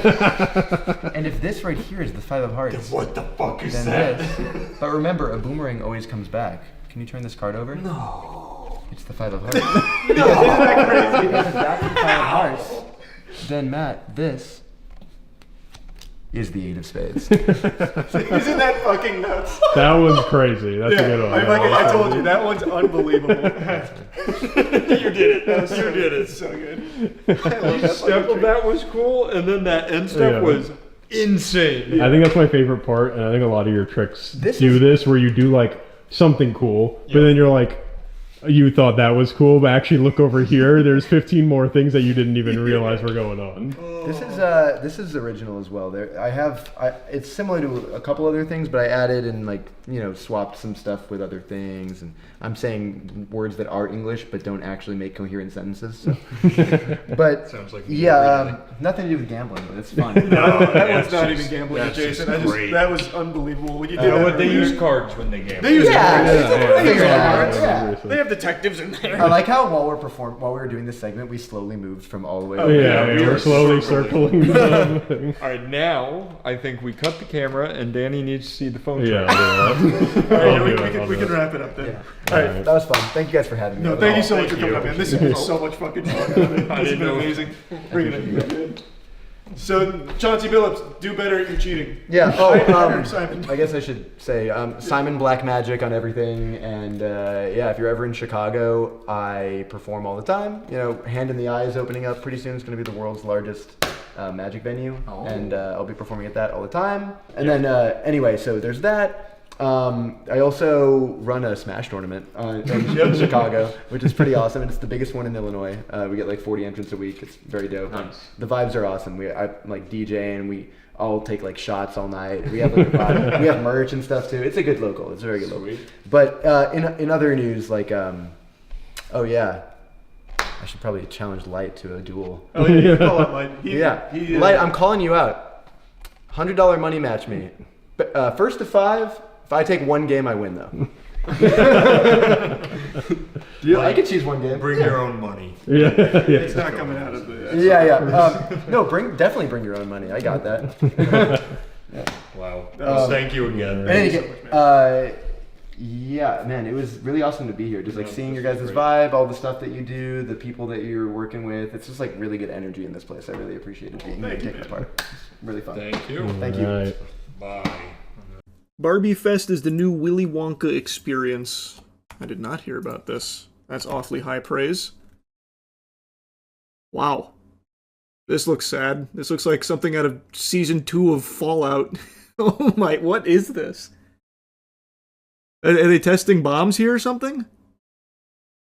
The Barbie Dream Fest was billed as the ultimate Barbie fan weekend, promising attendees interactive experiences, unique programming, a star-studded panel, and other unforgettable experiences. But after the first 2 days of the event at the Broward County Convention Center in Fort Lauderdale, Florida, hey, Florida, let's go, baby, we fucking did it! Some attendees who paid up to $450 for tickets have likened it to the Fire Fest or viral Willy Wonka immersive experience. Can I see it? Here we go.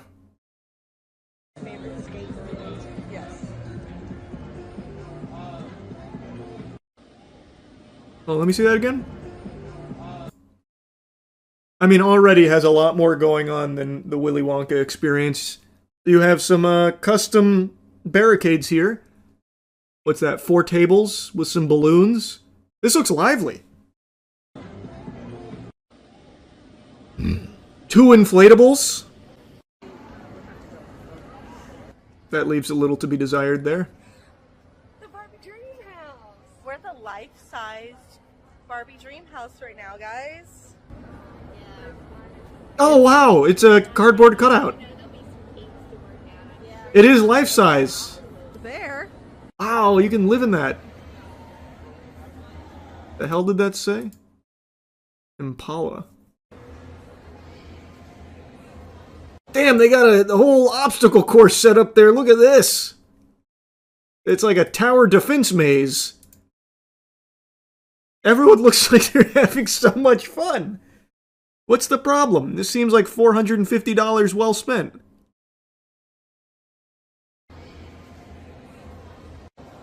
You just have to imagine the houses. You're so fucking right. That's so true.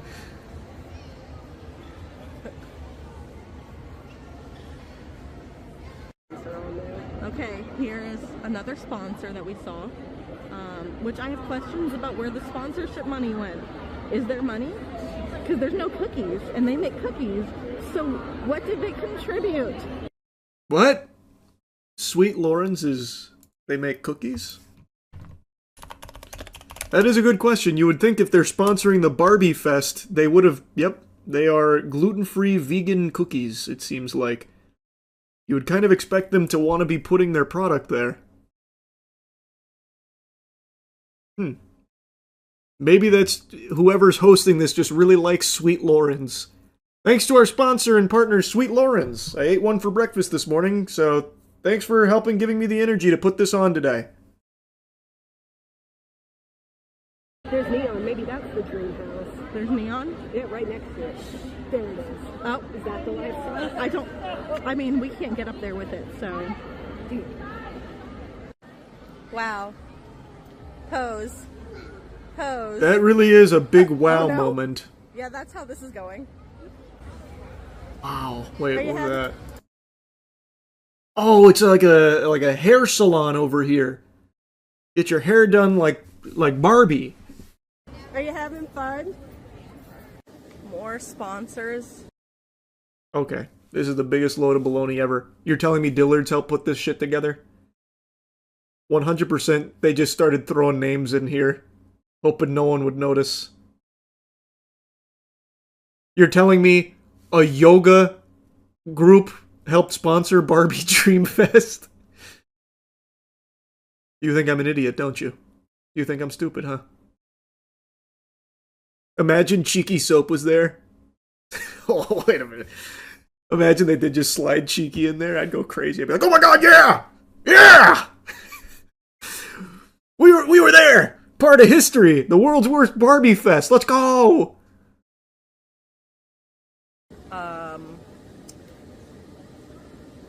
They're here, I guess. These three are here. Those three are there. Michaels is there. No way. Show me the official Michaels booth. Michaels doesn't... What do they sponsor? They don't sponsor shit. Michaels is just like the #1 spot for arts and crafts supplies. You think they're sponsoring fucking Barbie Dreamfest? My left shoe. What do they sponsor? Let's see. I'm seeing if they've ever sponsored anything else ever. I feel like they just brought in some Michaels product that they bought earlier that day. I also don't know why I thought I would find anything about what they've sponsored in the past by just typing in Michaels sponsor. It's just trying to put me in touch with their press packages. What a terrible search from me. I still just don't believe it, and I don't feel like looking harder now. With things. This is the yoga one. Maybe it's not the store Dillard's Michaels, Fast just a Food, where they have dude named very, Michael. Very cute pink outfits in Perhaps. a lot of different sizes. This is real cute for the kiddos. Yep, This is here. Miss Rocks. that's gorgeous. That might be the yoga mats. Yeah. I think Yes, that's the yoga mats. A lot of yoga. No. Baby. No. I think the braiding loft. That might be in there. Yes, I think they're working with the glam bar. Didn't see that. Definitely didn't see that. I'm not convinced that this is a flop yet.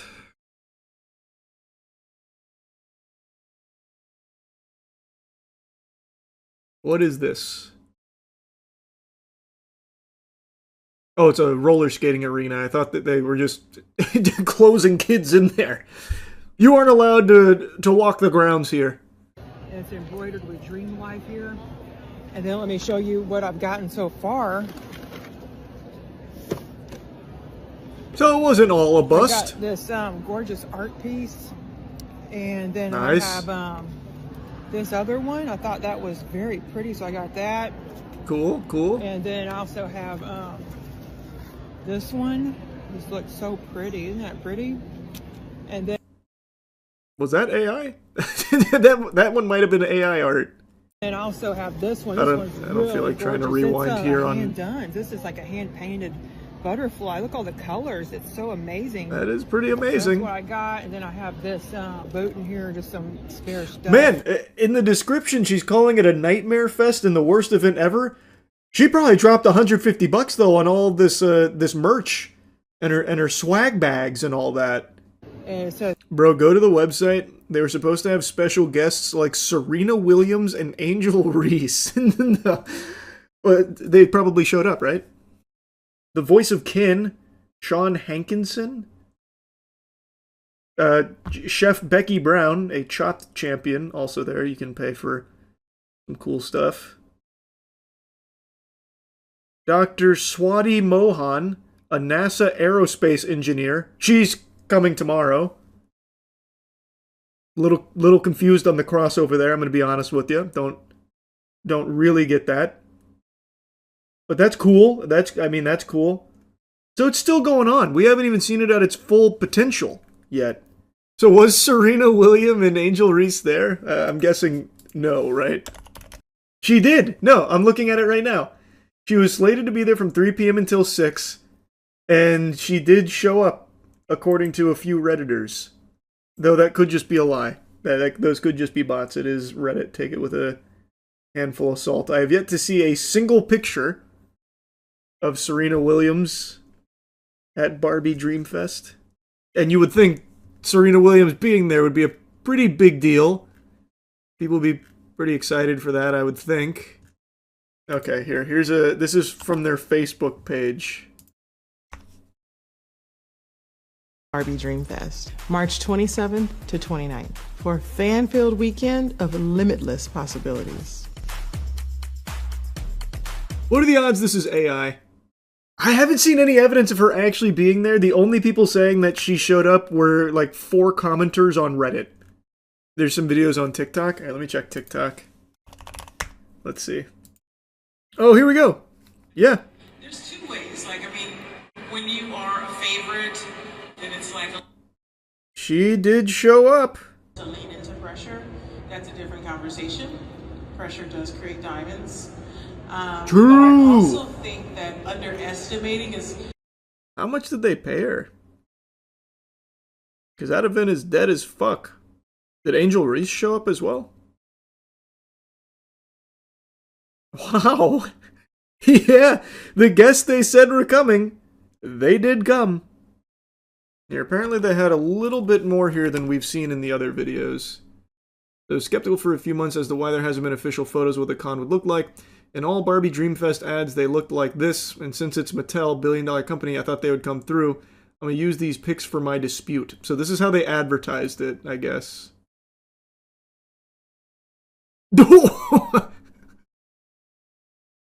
Wow, they were so close to that, too. Oh, wow. Yeah, that wasn't there, unfortunately. If only they didn't blow all their budget on getting Serena Williams and Angel Reese. The first thing that comes up when you start typing Mischief Management is Mischief Management Scandal. Mischief Management and Romance Con. So this seems to be their last flop. Harnessing the power of fandom. Barbie Dreamfest. They have one coming up called Enchantian? Enchantian? I don't know what that is. Broadway Con. Partner events. Camp Film Festival. In partnership with Patreon. Alien Con. In partnership with A&E. Ah, here we go. Okay. When I go to Doug Markita's website. He's the only one I can find with a post about HistoryCon, which is proudly advertised here, by the way. Please note this event has been postponed. This is the most recent thing I can find. So it looks like this didn't even happen. I'm making fun of the Starbucks CEO because he recently defended the absurd price tag, the $9 cup of joe, and then talked about how customers are willing to shell out that premium because it's a great experience. It's all about a great seat and making a great connection with your barista. Basically, you're going to fall in love with your barista and it's worth every goddamn penny. Now, the reason why I've just given you that, like, AI synopsis right there on what this video is going to be about is because I don't know how much of the actual interview I can use here because it's the Wall Street Journal, and historically the Wall Street Journal is like a fucking cartel when it comes to anything that it produces. Or even if I've shown you like a clip from something in the Wall Street Journal, I've gotten in trouble in the past for it. Even if it's like a 5 or 10 second clip, they've come at me looking for fucking scalp. They'd be plucking my teeth out of my mouth until I apologized. Like, I do not fuck with the Wall Street Journal. Like, they've done great reporting, I get that, but any time that I've tried to opine on something that's been broken by the Wall Street Journal, I am very prohibited in what I'm allowed to show you, so instead we're going to be looking at, like, a transcript, and maybe I'll jump scare you with, like, split seconds of this CEO talking in the interview and see how that goes. So yesterday, the Starbucks CEO, Brian Buttfuck My Wallet, went on to defend the company's $9 cup of coffee, insisting that the price reflects a premium experience offered to customers. He also was recently granted access to the company jet for personal travel, which is a nice little tiddlywink of information I didn't know about, so thanks to the article here for enlightening me on that, because he definitely deserves it. Brian needs to be traveling luxuriously, and he's doing the Lord's work out there. He's delivering mediocre coffee to every sucker out there willing to fork over all the clams for it. He also said that customers across all income levels are willing and happy to shell out big money for a chance to interact with baristas or score a great seat inside the chain. This article is kind of underselling how he portrays that. If I could show you more of the video, I would. But I'm going to drop that little bit and hope that it's okay. I mean, it's going to be less than 3 seconds. I feel like there's no fucking argument Wall Street Journal could make to take down this video, but I guess we'll see. I think it's important you hear it right from his lips. That value is to be able to have a great seat, have a great moment of connection with a barista. Son of a bitch, I tried everything, but I couldn't get it to 3 seconds. It's 4.5, but it's under 5, so I should be safe. I should be protected. I don't think they can roll up with the goddamn Pinkertons for me showing 4 seconds here at the very end of the interview. Well, at least of this segment of the interview. So he's talking about the value you get, about the great seat, which I will slam my fist on the desk and shout, objection. What great seat. It's fucking Starbucks. It's like the most sterile, generic environment you can ever find yourself in. You sit down in a swamp-ass throne and you maybe tinker away on your laptop or something while drinking some mid-ass coffee. What great seat are you talking about here, Brian? And I can't make a lot of promises to you about what you'll encounter in your life, but I can make one promise that I know 100% with certainty will never happen, and that's you forming a special connection with your barista over going to Starbucks and getting yourself a coffee. That doesn't happen. I don't know what he's talking about. Do they have like intimacy coordinators on staff at Starbucks where they try and like get the baristas excited to maybe fall in love with a customer or something after serving a pumpkin spice latte? I doubt it. They are workers looking to just do their job and go about their day. Not be bothered, not be harassed, and not have this expectation that a customer is going to come in there and form some kind of special connection because the CEO said so. That doesn't happen. It will never happen. I don't know what he's talking about. This guy must have just fucking did some ayahuasca or something. This is some baloney. And also, Brian looks AI generated. I know that is low-hanging fruit as a critique, but literally this guy looks AI generated. He has like that blurry-ass zoom background there, and he himself pops like a Pixar character. This shit doesn't look real. Brian looks like a fake human being. Anyway, out of fear, I'm not going to show you any more from the actual interview, but Brian does go on to drop some premium nuggets. What we're seeing is people, you know, they want to have a special experience, and regardless of what your income level is, in some cases, a $9 experience does feel like you're splurging. And then what that means is we have to make it worthwhile, right? And then in other cases, people believe, well, this is really affordable premium experience, because they're saying like, well, it's less than $10 and I get a really premium experience. I don't know what dimension this guy lives in, but it's so detached from reality. Out of touch doesn't even begin to encompass this. This is just like actual mental illness. This is delusional.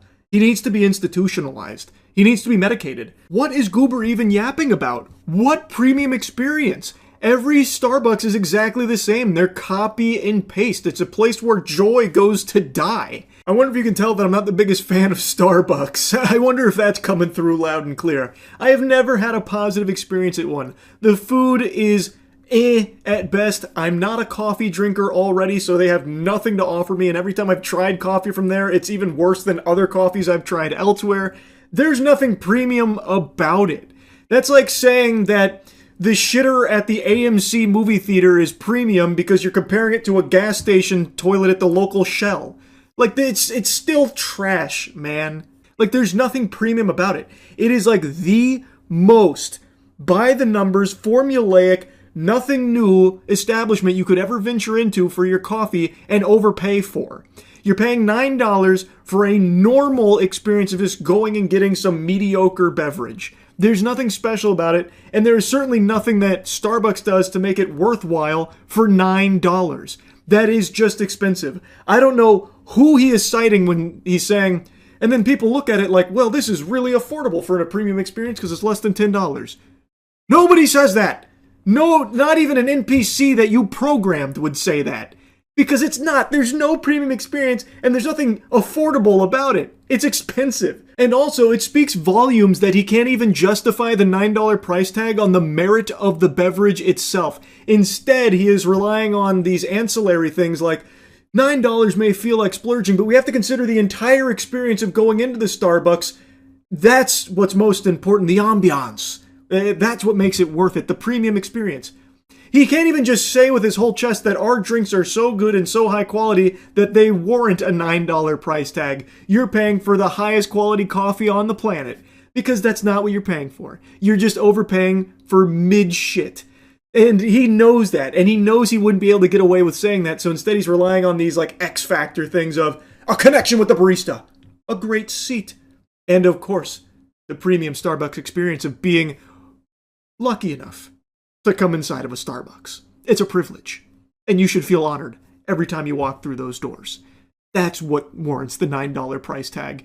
Not our shit-ass coffee. Anyway, the interview continues. Brian keeps putting his asshole in his mouth. He's talking about how Starbucks is actually doing very well, hasn't been impacted, and then even bragged about how the coffee chain is doing really well with younger generations. Hey Brian, you know what else is doing really well with younger generations? Fucking tongue sahur.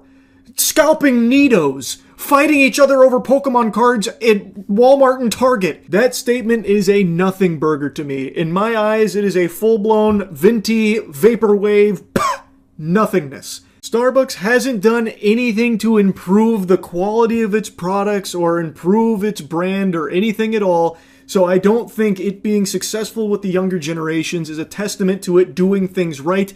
It's a testament to it just being there and existing. And the younger generation has clearly heard of it before, so they're willing to consume the product. That's it. I don't think he's hit some kind of home run here in recent Starbucks changes, because from everything I've seen, there haven't been any. It's just the same old Starbucks, but now just even more expensive than I ever thought possible for its shit. This fucking guy is so cringe. We're doing really well with Gen Z and millennials, and then really had strong performances across all income cohorts. It can start with as little as $3 for a traditional cup of coffee. And then obviously you can build your way into all sorts of customized drinks that people love and that move that ticket up. The way we're going to play the value game is you're gonna feel like it was worth it. Who walks away from Starbucks saying, holy shit, all that money I wasted was worth it? That was a premium experience. Who does that? What kind of actual loser has that kind of parting thoughts? Like, man, $9 down the tubes, but what a fucking experience. Oh my God, I think the barista might want to have sex with me. I think the barista wants to marry me. It just doesn't happen. There's no premium experience. He insists customers value the experience over discounts or flashy one-off promotions. Oh, that's what everyone says. I don't want to save money. I want to make sure when I go to Starbucks everything is exactly the same and there's a chance of a connection with the barista. Please, don't help me save money with discounts or anything. I want to waste maximum amounts of money here at the same fucking Starbucks as always. Yeehaw. I'm sure, Brian. I'm sure. Anyway, I won't blabber on more about this guy. Just another painfully out-of-touch CEO I had to clown on. That's really about it. So, yep. I know I've already covered a case similar to this, but this one's even more egregious. A 50-year-old grandmother spent 6 months in the slammer doing hard time because AI tools flagged her as a suspect in a bank fraud case. But it turns out the only fraud here was Jarvis going rogue and for some reason targeting Angela Lips. She spent 6 months behind bars for this. Police in North Dakota, using AI facial recognition technology that they must have found on fucking Temu, flagged her as a suspect in a bank fraud case in North Dakota. Now, Angela Lips is a mother of 3, grandmother of 5, and has lived her entire life in north central Tennessee, roughly 1,000 miles away from where the crimes she was accused of committing took place. And yet still, U.S. Marshals showed up at her doorstep last July while babysitting 4 kids and arrested her at gunpoint. The lore goes as follows. There was a woman in North Dakota that was using a fake U.S. Army ID to withdraw tens of thousands of dollars, and then Fargo police were investigating. They ran the surveillance footage through facial recognition software, and it returned a match to Angela Lips. And then, hallelujah, flesh and blood came in, but unfortunately he was missing a brain. A detective compared Angela Lips, that was flagged by the facial recognition software, to her Tennessee driver's license and social media images, and concluded she was the perpetrator based on facial features, body type, and hair. Nobody from the department contacted Lips before U.S. Marshals arrested her at gunpoint on July 14th while babysitting those 4 kids. I already know exactly how that detective's thorough analysis went, because we'd actually already seen this before in the last case I covered of AI incorrectly identifying a suspect and leading to an innocent person being arrested. In that last incident, what happened is the authorities were comparing, AI had flagged somebody, and they were comparing driver's license to the picture, and he just basically said, well, alright, if AI says so. There is this blind trust in AI from authorities like this to just do their job for them. So I feel pretty confident that this detective most likely just did the exact same thing, like, alright, AI said it, and AI's never wrong. She's definitely guilty. Let's, sick the Pinkertons on her. Let's get the U.S. Marshals. We'll rappel down. We'll blast through the windows. Maybe let's tear gas that bitch. Let's go hog wild. We already know she's guilty. AI's flagged her. I imagine that's exactly how that went. It is incomprehensible that they acted solely off of AI saying that this is probably that person in the video. They didn't contact her, they didn't question her, they did no actual investigation of this woman before swooping in with the U.S. Marshals holding her at gunpoint in front of the children that she was babysitting.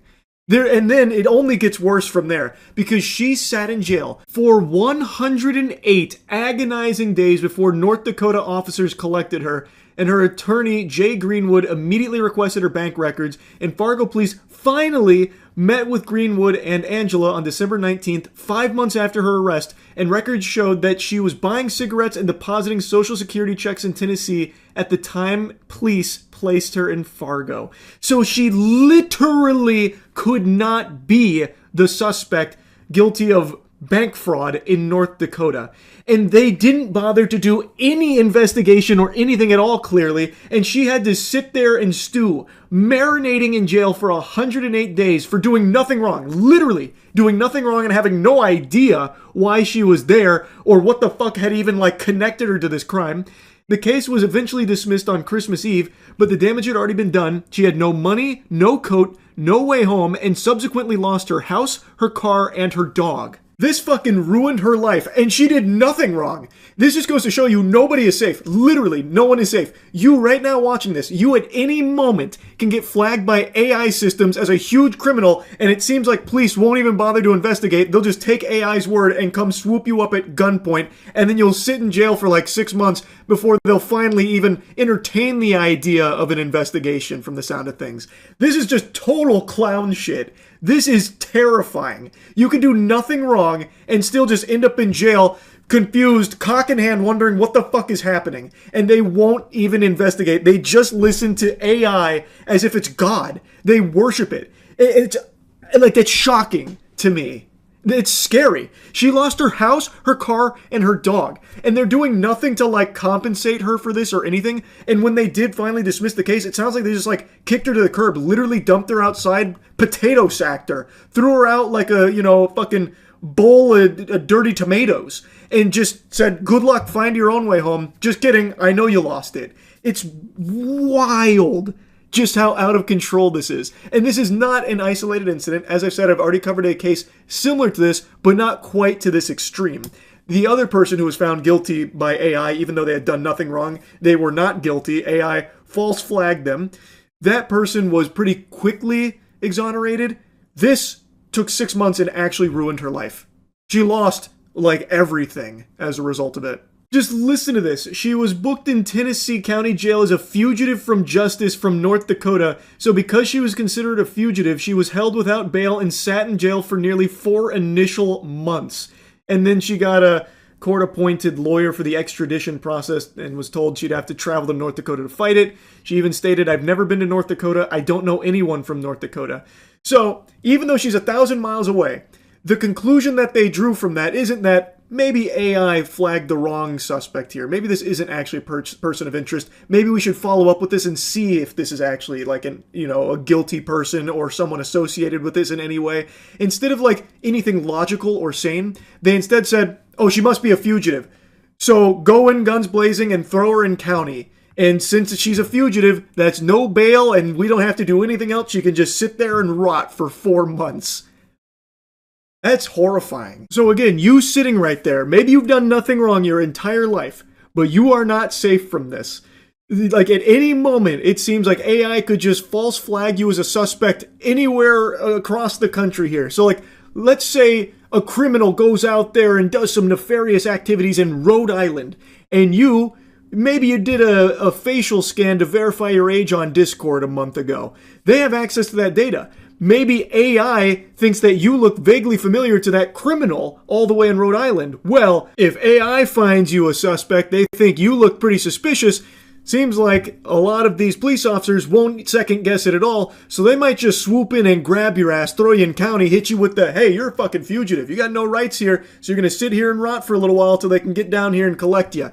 Might take a few months, so good luck. Realistically, though, the police would never even say good luck in a case like this. They'd tell you to go fuck yourself, like what they did to Angela Lips. Lips says that the police didn't even offer to pay for her trip home. This is after she was found to be innocent of these crimes in which she spent fucking 108 days in jail for.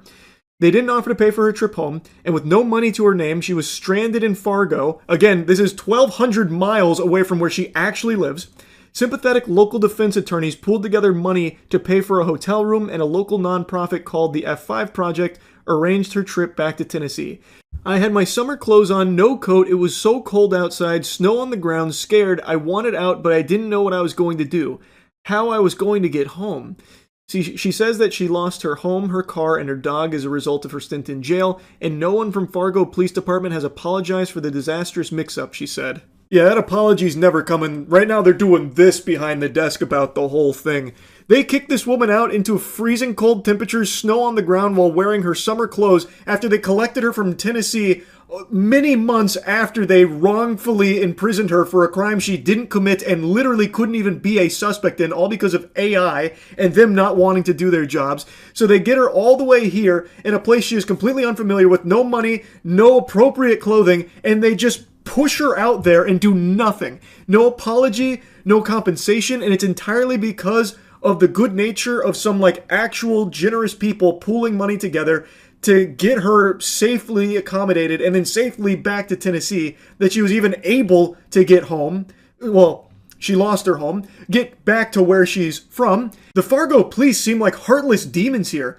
The fucking crew of Davy Jones in the second Pirates of the Caribbean movie was more nice than the Fargo Police Department here, it seems.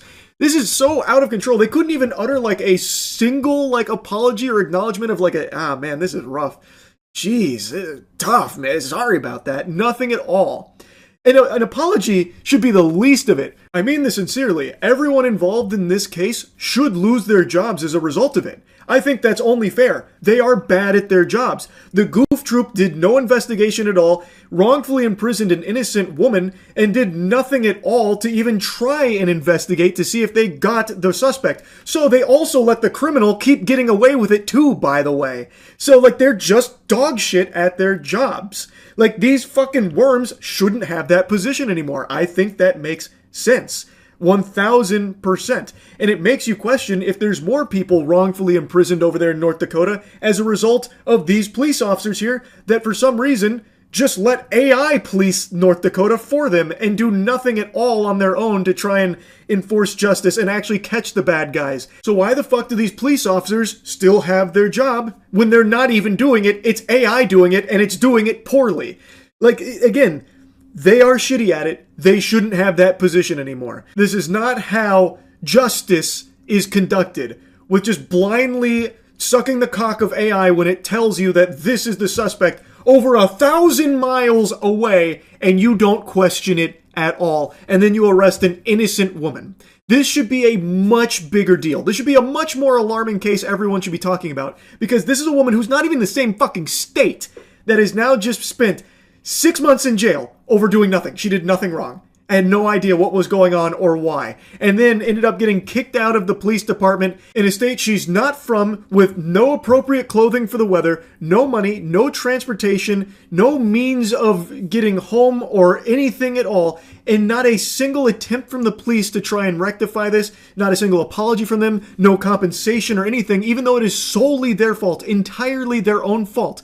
And they're not even responsible to get her, like, home. They can't even do, like, the bare minimum of getting her back home over 1,000 miles away from where they've just kicked her out over their own embarrassing fuck up, mind you. Like, this is just completely unacceptable. It's like, she should be getting oodles of cash from these fucking idiots who have had a deep negative impact on her life. She lost so much from this, and they're not doing anything? How is that okay? They need to be punished. She should be compensated in a big way.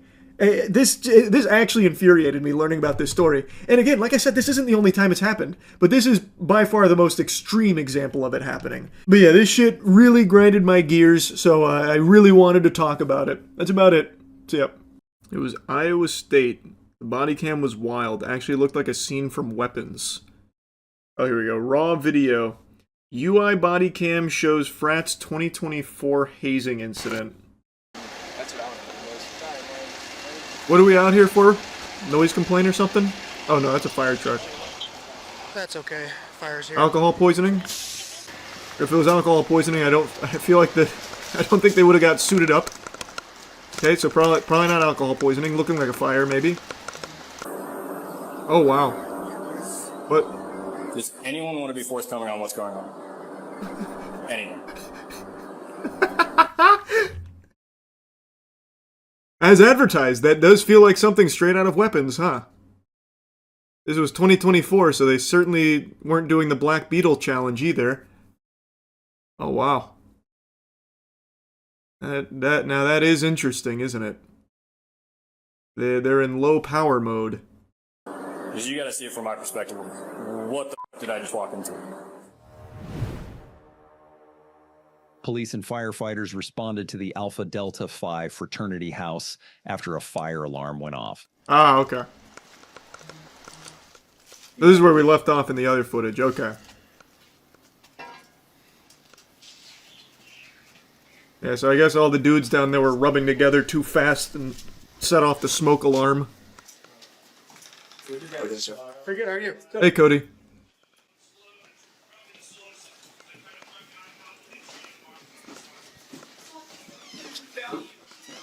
Hey, pardon me, Cody, we're going downstairs? Hey guys, what's going on here? Oh, the firefighters were the first ones to see it. What's going on? While downstairs checking the fire alarm, officers stumble upon a fraternity hazing situation. Sam Hell's. Yeah, I'll definitely need one. What in the Sam hell? Alright, who's in charge? That'd be Cody. Looks like we have quite a bit of hazing. So I'm gonna ask again, who's in charge? We can talk upstairs. No, we're gonna talk right here. Who's in charge? A couple of us are. I mean, I don't know. I don't know what to tell you. Okay, well, we need to find someone who's in charge, because this is ridiculous. Hey, this stops here, guys. This is a police department. This. Oh wait, so they weren't shirtless initially. Whoa, what? Were they making mud pies and having a food fight? So they weren't shirtless initially. What did they take their shirts off after the officers like went upstairs? When did that happen? That's interesting. They're covered in blood. Where? Oh, I guess like here, maybe. Stops here. Who's in charge? They're upstairs. Who said that? How about we stop? You're start excommunicado. Everyone take their blindfold. What frat is this? Alpha Delta Phi. You're out of here, bud. Someone tell Cody. Clear the room and get out of here, but no one's moving. I will tell you something. That's commitment. There is a chance. I'm really reaching, but imagine. I just keep calling everyone here Cody, but imagine like whoever's in charge here said like knew that with the fire alarm going off and everything that police would arrive, and he told all the freshmen here, there's going to be cops coming. They're not real cops. If you break, you're out. What do you think the odds are of that? I feel like there's a good chance, right? Like they're testing you. Cosplay police. Yeah, like you know how like bachelorette parties order this stripper dressed as a police officer? Maybe it's one of those things. I say that, and I don't know if that actually happens in the real world or just in movies. I don't know how often you order a police stripper man, but it's probably possible. Apparently they're taking us pretty serious. Yes. You in charge? You said. Still haven't found out who's in charge? No one asked for house, Dad. Where's he at? Summit. Working at Summit. Summit. That's cool. So, you have obviously, someone else coming here? yeah, the lieutenant's coming. Okay, cool. Yeah. Definitely figured out why you wouldn't let me pass you initially. Questionable. Yeah. Yeah, just one of those things. I We've would been there a probably million be times. Calling your house dad or whoever to get him here, since ultimately he's probably in charge, right? Unless someone else is in charge. I don't have his number, so. Yeah. Which Russia is that? Yeah. Do you guys know how the fire alarm got set off? Or is it just from? It's manual. Does his voice normally sound like that, or This one in the hallway here. did he lose his voice from like screaming all day? I wonder if he always sounds like that. How I got set off, I'm not sure. I don't think it was down here. It's upstairs. I can tell you it was this one. Who's Really? Yeah. I don't know. They're supposed to stay. Hey. You guys had to do this too, huh? No. I don't know what this is. I'm as confused as you guys. Why'd you cops put all these dudes in my basement? It's not that dumb. Okay, and what are you doing here? He's a living. He lives upstairs. Oh, so you do live here? Hmm. No, I don't. Yeah. Well, your buddy here saying different.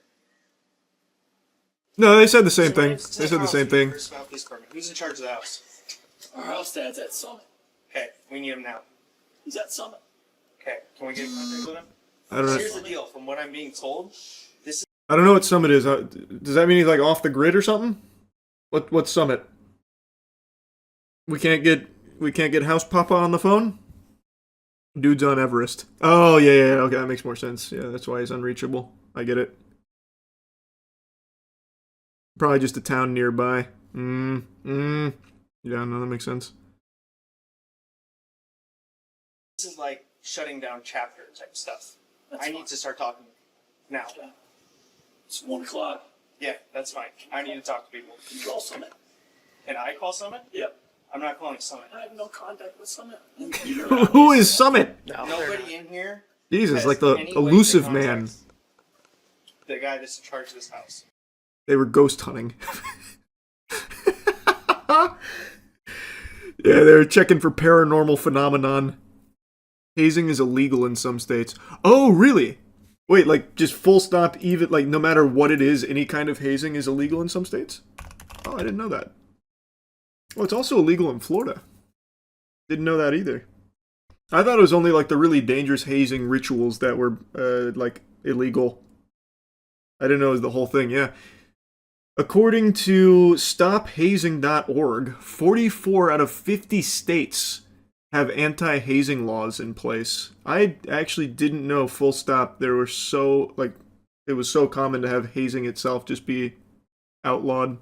Literally kills people. Oh yeah, I mean, I feel like everyone's read tons of stories about hazing leading to deaths. I know. I just didn't know it was illegal. I thought it was only, like, those chapters that did that shit getting shut down and those people getting arrested and stuff. I didn't know they just outlawed the entire idea of hazing. What's his name? Eric. Eric, you don't know his last name? I got a buddy named Eric. A couple different code violations. That guy can do anything. So what's going on in here? You don't know? You're just blocking the door so we can't see you live here. How does nobody live here then? Just hanging out? You tell me. No, you tell me. I don't know. You go to University of Iowa? Yeah. You do? What's your major? Business. Business? What's your name? Oh, business. Big What? business. Hey guys, when did you, Is anyone in here that needs medical attention? when did you all take your shirts off? When did that happen? Is anyone here that is against their will?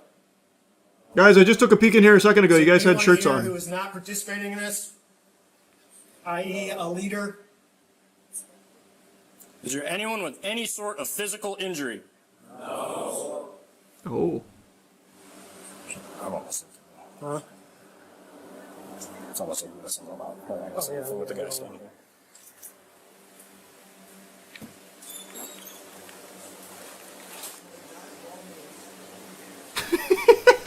What's all over you guys? It's just water. Fun juice. Hi. I'm not sure if someone. You? Come here. Serena. Does it look like it's. Nope. You're gonna stand right over there. Why? Because I'm telling you to. It's my house. It's your house. You're responsible for everything that I'm happened in this today. fraternity, so. So, okay. Tuck in right there. Get up against the wall. Come over here. It's like he's picking a kickball team. Which one of you can run 2 bases the fastest? Milliken. I'm putting together a Take team. these two, ask some questions about what's going on their arms. So, are you responsible for the house? No? Okay, who's the house dad? I just told you he works at f***ing Summit. Go call him. Go there and What fucking was his Summit. name? Eric, I told you. Okay. Why are you asking me?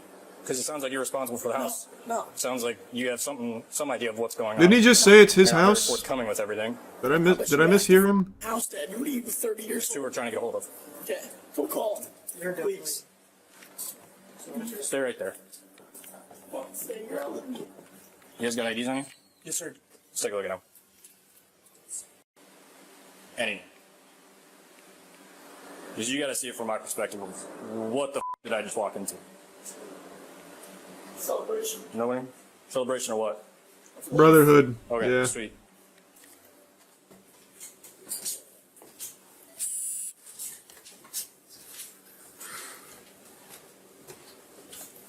Okay, you two. The reason I pulled you guys aside. We're here for public safety at this point. What's on your arms? Oh.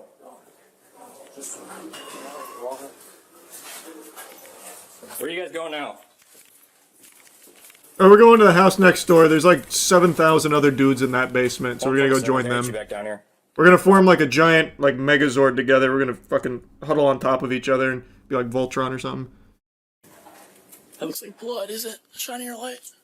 Is it blood? That's what I'm asking. Let's taste it. No. Okay. You see why we're here? Why we're asking questions? I don't know. Get the wrong guy. He sounds like a Muppets character right now. Again, I don't know if that's what like his normal voice or something, or maybe he smoked too much or screamed too much. I'm not sure, but it is fucking incredible.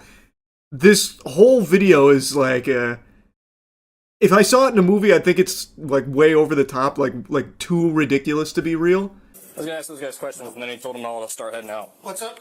I was gonna ask those two guys questions, but then they all started falling out. They left. No, I stopped them, but he was. Misunderstood.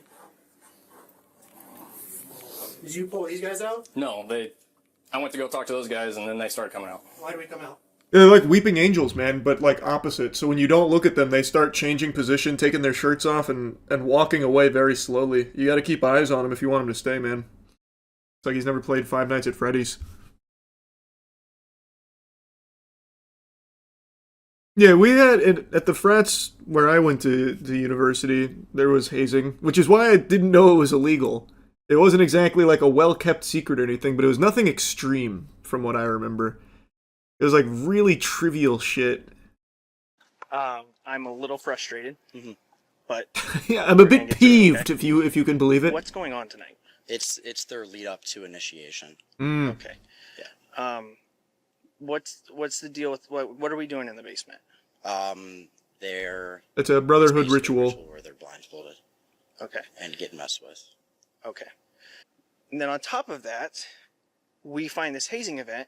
We want to speak to somebody. Well. In all fairness, officer, we don't know if it's a hazing event. This could have been a LAN party.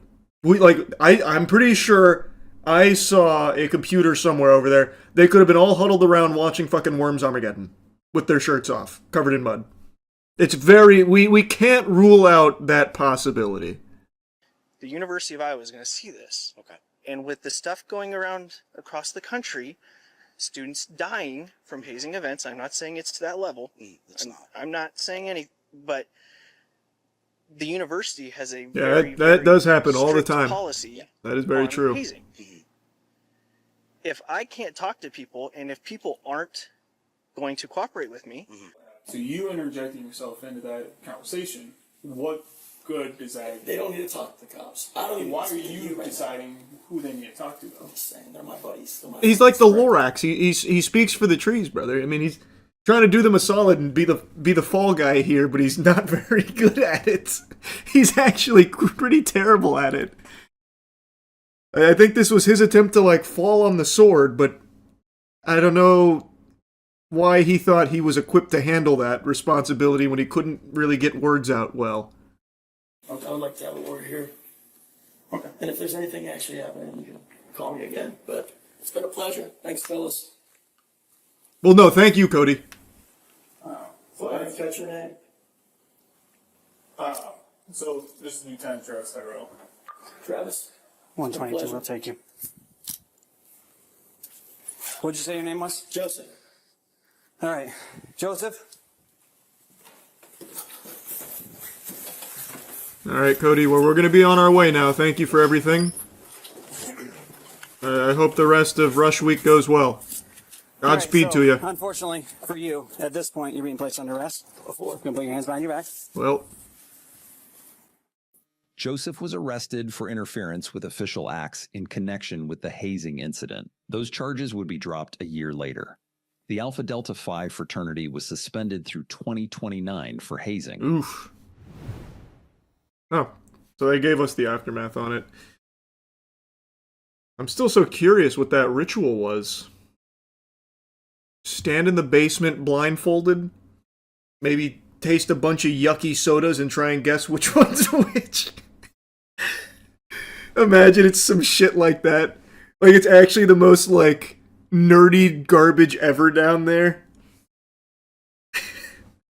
We were actually doing, like, the Laldol, and everyone that failed, we just kicked out. Yeah, no, that shit's crazy, man. Who was the guy at Summit? Oh, Eric? Oh, yeah, no, that dude never came through, I don't think. Unless he was the guy in the white shirt, but I don't think he introduced himself as Eric.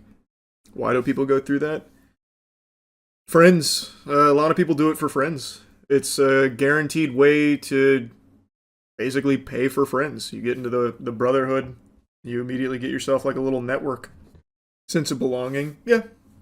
I mean, I kind of put that together with like friends and immediately getting like a network of people around you. For a lot of people, it's worth the price and the hazing. Like, dues are not cheap for the frats.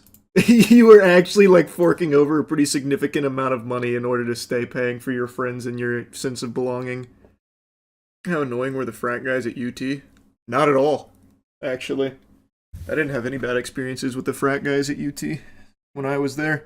You remember a while ago when Overwatch blew up, so every company on the planet tried to bite that bosom and make their own slop-ass hero shooter and flooded the market with garbage? That exact same phenomenon's happening right now with human beings on TikTok. Every single day, there is a new broccoli hair prankster or 3D printed looks maxer that just spawns in, gets a following, and then snowballs from there. And today I just learned about a new one named Hulo, who is a looks maxer that is now facing 15 counts of possession of child pornography, all of which he has publicly admitted to. They have pretty much irrefutable evidence based on what's available, and that's only what's publicly available, not even everything they submitted to police. And despite all of that, there are still oodles of people defending him. Even though he has publicly confirmed that the evidence is accurate about his purchasing and possession of child sex abuse material, there are still these revolting mosquitoes, these flies that are attaching themselves to Hulu or Hulu. It's probably not Hulu. The streaming service probably would have cease and desisted him if that was his name. Hulu, whatever it is. They're still attaching themselves to his butthole to suck his farts and fight tooth and nail for his honor, even though he has admitted to these unforgivable crimes. That's the state of things right now. It's sickening. I talked about this same thing happening like with David, how the dipshits for David movement is still defending him, saying he's been framed, even though there is so much evidence publicly available and the case is still ongoing and not looking good for him. They are still willing to die on this hill that David's innocent, and now in this case, Hulu is a good guy and he deserves to be defended. I'll start here before going over Gideon's investigation of it. He has been arrested, and here is all of the charges he is facing here. Now, based on some of the reports I saw, this could carry up to 25 years in jail if he's found guilty on all of these, but it also varies from the different sources I read from. It's a long time in jail here. And the fact that they have these charges against him, the possession of this material, means that they probably have evidence of it. Outside of just Gideon's video where he admits to it, I imagine they have something far more solid, because they wouldn't... Think about all of the other, like, predator catchers, where they do get the pedophile to admit to things, and that becomes inadmissible. There's a lot of times where that can't be used. So you don't see them ever get these kind of charges. The fact that he has 15 counts of this means that they probably do have very solid proof that he had this material. This is just one of the Telegram messages that he was talking to. Just one. So, as you guys can see first, he messaged first. He said, "Hi. This is what the trader said. CP, teens, and all group links available. Which package are you interested in, and what's your budget?" He said CP, $25 max. So, to give you a bit of context here, like the lore, his ex found out what he was purchasing, the CP that he was purchasing, and then Gideon found out about that because of her blowing the whistle on it. Then they teamed up as well as predator poachers. They went to the police, they submitted the evidence, and then also publicly started to out some of the evidence so that way people could see it and stay away from him. And I've talked about this a lot. I think when it comes to shit like this, putting it out in the public is extremely important. Making sure that it doesn't compromise the authorities' investigation on it, but also alerting the community so they can stay safe as well and avoid these kind of fucking monsters. So I totally understand that approach. And what you were seeing there is some Telegram messages. Gideon goes through a lot of them. This is him trying to purchase CP for $25, and this became a meme in his community, as well as like a couple other looks maxers made it like a joke to try and water it down and like sterilize it, like, oh, it's not that big of a deal, haha, $25 for cheese pizza, which they all keep calling it on TikTok. So he even posted like a 5x5 joke about it. So his manager, who I will be outing later, is purposely telling his client to make jokes about him buying CP, CSAM. That $25 he spent, He spent $25 to watch and jack off to children's innocence being taken away. And he knows he did that, yet he posted this meme. Evil shit, man. This guy is purchasing videos of children being raped and then making a meme out of it. And apparently at the direction of his manager. It's actual demon shit. He said hi, they said hi, CP content available, and he says how much. More Telegram messages get posted that show him cruising these telegrams attempting to purchase CP. So Hulo, I'm just gonna call him Mason. His real name's Mason. I don't know how the fuck to say his stupid handle online. So Mason was going around trying to purchase all of these videos and did successfully buy them. And was then confronted directly where he just started singing. He just started squealing and confirming all the evidence was true. You guys can defend him all you want. You guys can make all the memes and jokes and all that. But keep in mind, this man has a 10-year-old sister and an infant sister as well. And listen to what he admitted. Like that you saw? A little bit of this, a little bit of that. I guess. Okay. So I'm just going to ask you straight up because you've been straight up with us. You're going to be straight up with this too. Did you masturbate to those videos of the 12-year-olds? Or was your hand rubbing your penis at the time that was being watched? It was just, I guess my hand was on my dick like the whole time. I'm just going through everything. Okay. So was your hand going up and down on your penis? Yes. Okay. So it's fair to say that's probably masturbating. Yeah. Okay. I appreciate you being honest about that, dude. On camera, openly admits to masturbating to videos of 12-year-olds being sexually abused, and the Hulo is innocent gang doesn't care. He is then asked again if the allegations are true, and he confirms they are. That he downloaded those videos, he claims he deleted them. Also, it says he, told the police. When directly confronted, he openly admits to it. And it's all on camera. And now he is being charged with 15 counts of this. And still, people are defending him. In Gideon's own chat there, you could see a lot of people saying he's not a bad guy, free him, it's not that big a deal, that kind of thing. You can literally see it in Gideon's own chat. And then on TikTok, his community is standing beside him 100%. As if it's, some kind of mistake that he made that he'll learn from. That's not a mistake. That is pure evil. He is buying videos of children being raped for his sexual pleasure. He apparently tried to say that he was in a dark place when he was doing it, but now he's a changed person, so people are like, oh, he deserves a second chance. No, we can't let his life be ruined over this. He was just in a bad spot. Do you know how many people are in a bad spot that don't turn to paying money to watch videos of children being raped so they can jack off to it? That's not an excuse. That's not a justification. It is pure demonic evil shit. And people are just giving him a pass. And fighting tooth and nail for him. They got their fucking shield up going to bat for him like white knights to defend Hulo. Even though he openly admits to it, he is being charged. They're pursuing 15 counts of possession of the child sex abuse material, and still people don't care. They think that this isn't that big of a deal, and that, well, he was in a dark place, so we can't be mad at him for it. They're not even saying that he's innocent, that he didn't purchase these and watch these. They're not even saying that. They are saying they don't care that he did. It's just unhinged, man. It is actually scary. Because it's not a small amount of people. It's not. It is not a small number of people. I know you can always point to these fringe outlier freaks that'll defend anyone and anything. But here, you can find a ton of them. Go to any post that's talking about this, or go to any video, or go to some of the communities. There's even some people in the Looksmaxing community that are going to bat for him. You can find so many people defending him. It's just, I just cannot wrap my head around how we even got to this point. I don't get it. I don't get it. There is just nothing that is just universally condemned anymore. There isn't. Even just objective evil like this no longer gets a complete condemnation from human beings. Sanity is just devolving. It's scary. It is completely unhinged.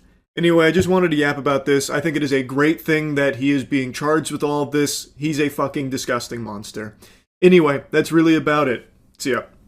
Father, Papa, Papa, Dad. All words you might be familiar with to describe the man who helped carry you into this world. Not in his tummy, but in his sack. I call this man Charles Sr. That's my dad. And my father, for the last 2 years, has been working on a car project that I made a video about almost 2 years ago now. A 32 Ford, which is a very special car to him. He built it when he was 16 years old with his dad, but ended up getting an offer he couldn't refuse and sold it. Since then, he's regretted it because it's a very hard thing to find all of the components for to build it again.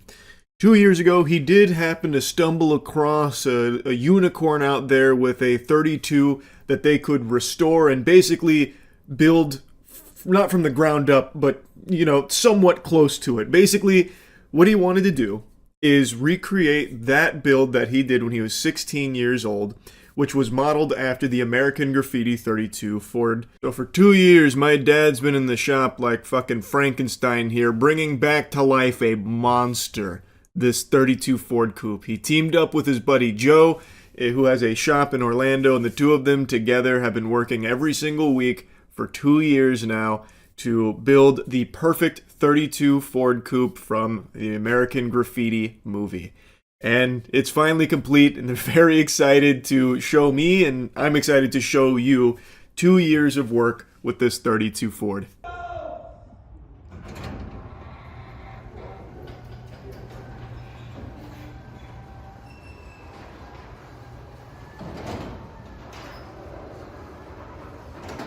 Well, here we are, Joe. After 2 years, here's our masterpiece. What do you think? I love it. Huh? I'm gonna take you on a tour of it in a moment, but yeah, my dad wanted the garage door reveal. I think he was probably expecting me to do some cinematic edits. He has far too much faith in my editing prowess, so the best you get is just the raw dump here. It looks so good, though. They did an amazing job, and my father was keeping me updated on all of the things him and Joe were doing every step of the way. They really did fundamentally rebuild the car. The only thing that kind of stayed the same from what we initially purchased was the body of the vehicle, but even that got some changes as well. The body is one of the hardest parts to find, as I understand it. I think the body and the chassis were the two things that had the least changes to them, but this was a huge undertaking and they did an amazing job. So it's loud. This puppy zooms too. This will get you around the block, point A to point B lickety split, but it is louder than a motherfucker. And apparently in the version 1.0 they had, it was 10 times as loud, to the point where it probably wouldn't even be street legal because it'd be blowing up eardrums and assholes. So they had to change even more about it, some alterations to quiet it up a little bit so it could actually be driven without just ruining everybody else's day.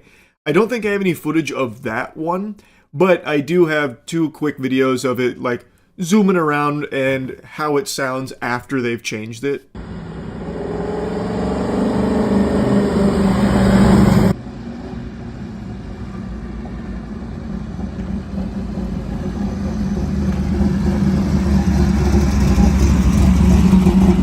You guys did a great job. We love it. We got the mana-free intake and the 4 2-barrel carburetors. What is it, Joe? 1968, 327? 68, 327. So the only thing we didn't do to this 32 Ford, it's all original steel. The only thing we didn't do is chop the top 3 inches like the American Graffiti car, because Joe said, hell no, we ain't touching that car. That body's too nice. Isn't that right? You're Joe? too tall. Walk over here, Joe. You're too tall. My dad is too tall. It makes me sick. He kept all the height for himself and selfishly refused to share any with his only son. Isn't that fucked up? He's 6'5", and look at me. Joe, show me the interior. Show him what we got. Well, we moved it. That's my pillow because I'm so short. I can't reach the clutch. But you got to understand, Charlie's 6'5", so we're building a car for a giant. And so we had to have headroom, and we have to have leg room for him. So this is I think it's an original bent seat. It's the original 1932 Ford Vinci. And we took the package tray's been removed, and we moved the seat as far back as we can get it so Charlie would feel comfortable. And then we ordered an offset shifter, so it moves the shifter towards the center of the car, basically. And we got blinkers and brake lights and stereo and electric fuel pumps. And we got a completely powder-coated undercarriage front end. We got old finned brake drums from an old 53 Buick on the front, just like old nostalgia hot rod. It's got a Ford 9-inch rear end. Ford 9-inch in it. It numbered out as a 71 station wagon, which is a heavy-duty Ford rear end. And we changed the rear gear to 373, so she's got some giddy up. Yeah. But this is the finished product right here.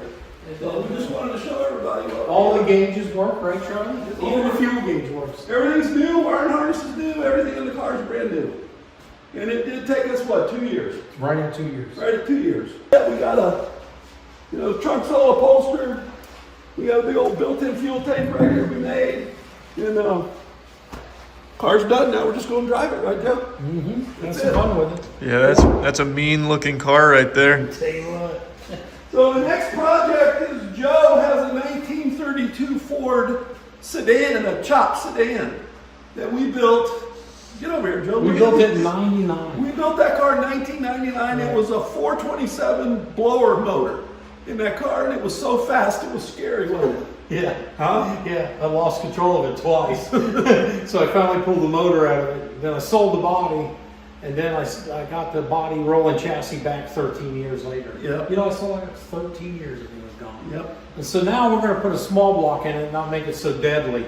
We got plans to put it back on the road. It's like this, but it's a sedan. It's a 4-seater instead of a 2-seater. Yeah, it's really cool. And it's painted purple. So that's it. The 32 project's done. That's the update. We'll move on to the next one. Well, what was the hardest part of the build? What do you think, Joe? Really, nothing much for me. One of the hardest thing that slowed us down was wiring. Wiring? Because him and I are just not good at wiring. And we haven't done it in so long. And my brother used to do it, my older brother, but he had some health problems and couldn't do it. So it ended up, my oldest son stepped forward, Dylan, and he wired it from front to back. The other thing was we took our time, and I was doing a lot of searching on the internet trying to find the original parts that was on the American Graffiti movie car. Like the bumper. Like the bumper. That's cool. The bumper that's on this car is an original 1973 Alfa Romeo front bumper guard. And that's what was on the American Graffiti coupe that was in the movie. So I actually found one from a guy in Michigan who had one brand new that he never put on his Alfa Romeo that he bought in 1973. And I bought it from him and he shipped it to me. So it's just shit like that we didn't want to rush into it, and we wanted to make it, as cool as we could with all the original Then parts. we did a few changes, like the exhaust.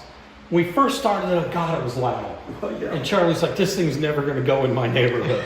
So we came up with a stainless exhaust idea.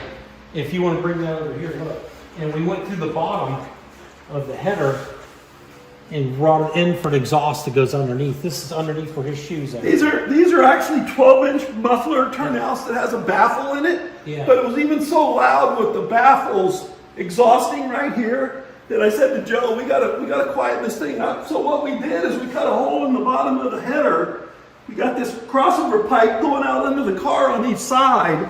And we've got Flowmaster mufflers in the back, and it's actually exhausting out the side, but it looks like it's exhausting right here on the side. It's exhausting out the back. And what we did is we welded a plug inside of this muffler so it's capped the exhaust off so it's exhausting out the back. Now if I ever want to really make noise and really upset everybody, we can slide them off. We just pull this exhaust piece right off and then it's open header from here right on back. So I said 3 inches and Charlie said 1 inch, and we settled on 2 inches. So they're 2 inches. It's 2 inches out from there. So we just took our time. Kind of compromised and took our time. And talked about stuff and what we wanted. Make sure we got everything the way we wanted. Put all new glass and rubber. Everything. Sandblasted the body. But it's a real steel car. It's not a plastic car. So. And that's it. That's the update. What about I remember you told me American Graffiti had motorcycle fenders or some shit? In the front. You guys did the same thing. So we found those fenders Joe found them at a motorcycle shop. And we made brackets for them, and so it's exactly the same. Yeah, we got pictures of the original car, and Charlie and I were talking about the brackets. I wanted to paint the brackets black, and Charlie's like, no, the originals were yellow. And so I was like, and so he sends me a picture of the original American Graffiti car, and the brackets are yellow. So we painted them yellow. You know, we're trying to. We did not cut down the grill shell. We didn't like that look either. No, when they chopped the top 3 inches, they chopped the grill shell 3 inches. And this is our steel grill shell, original grill shell. We're not going to cut that either, so that's why the car's at equal height. And I'm tall, and I need the headroom anyway, so it's like it's more comfortable to drive, you know. Yeah, you wouldn't have fit in it if you chopped the top at all. No, we built a Model A years ago, 31, and we chopped the top on it, and it was yellow. Charlie pulls up at a car show like this. It was miserable. He's like, I hate this car. It's so small, I can't drive it. He sold it. Yeah. And so then we knew then that there's no way he can drive in a chopped top car and be comfortable. No. You know? So anyway. Yeah. Well, there you go, Joe. On to the next one, brother. That's right. Bye, everybody. Bye, everybody. It's really cool to see the 2 years of work paying off here with something very special and so meaningful, not only to my dad, but to Joe. As I mentioned in one of the other videos with the 32 Progress, Joe has a business called Joe's Paint and Body in Ocoee that's been there for 42 years, and he is still working every single day, hard as fuck, but would still find time every week to spend hours on this 32 with my dad. The two of them just back in the saddle again, back in the mega mix, because it is something that meant so much to them both. And they were both very excited by it. So I'm really happy, and they really were excited to show all of you that it's complete and how it looks. I don't have a ton of videos of it running, but I think it's going to be getting quite a workout here in the hands of my dad here. He is so happy to have this 32 back. I think it's just super cool, and I just wanted to share all of this with you now that the project is complete and they're on to the next one. So yeah, anyway, that's really about it. So yeah. Oh, look at you, big shot. Oh, wow, enjoying all that air and clean water. Oh, makes me sick. You're an entitled freak. And I can't wait. I'm salivating for the day the data centers move into your community. And make no mistake, they will. The days of clean water and good air and reasonable pricing on energy in your local communities, I hope you're ready to wipe your ass with it, because the data centers, they are a-coming. We are experiencing a boom unlike anything else. They're putting data centers everywhere in this country. They'll probably start installing data centers in your fucking dreams to make use of that too. Every little piece of land is going to be ravaged, destroyed, raped for data centers, so that way they can continue to farm off the AI bubble. Now, data centers aren't used exclusively for AI, as you know, but that is the impetus, that is the catalyst for this major boom we're seeing in data center installments, and there is nothing good. You do not benefit from a data center. You can look at all of the available information from the data centers that are already up and running.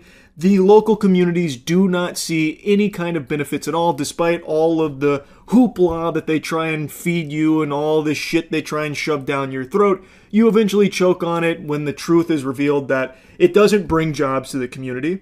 In fact, one of the biggest data centers in the country only employs roughly 150 full-time employees. Let that sink in, put that in your fucking pipe and smoke it.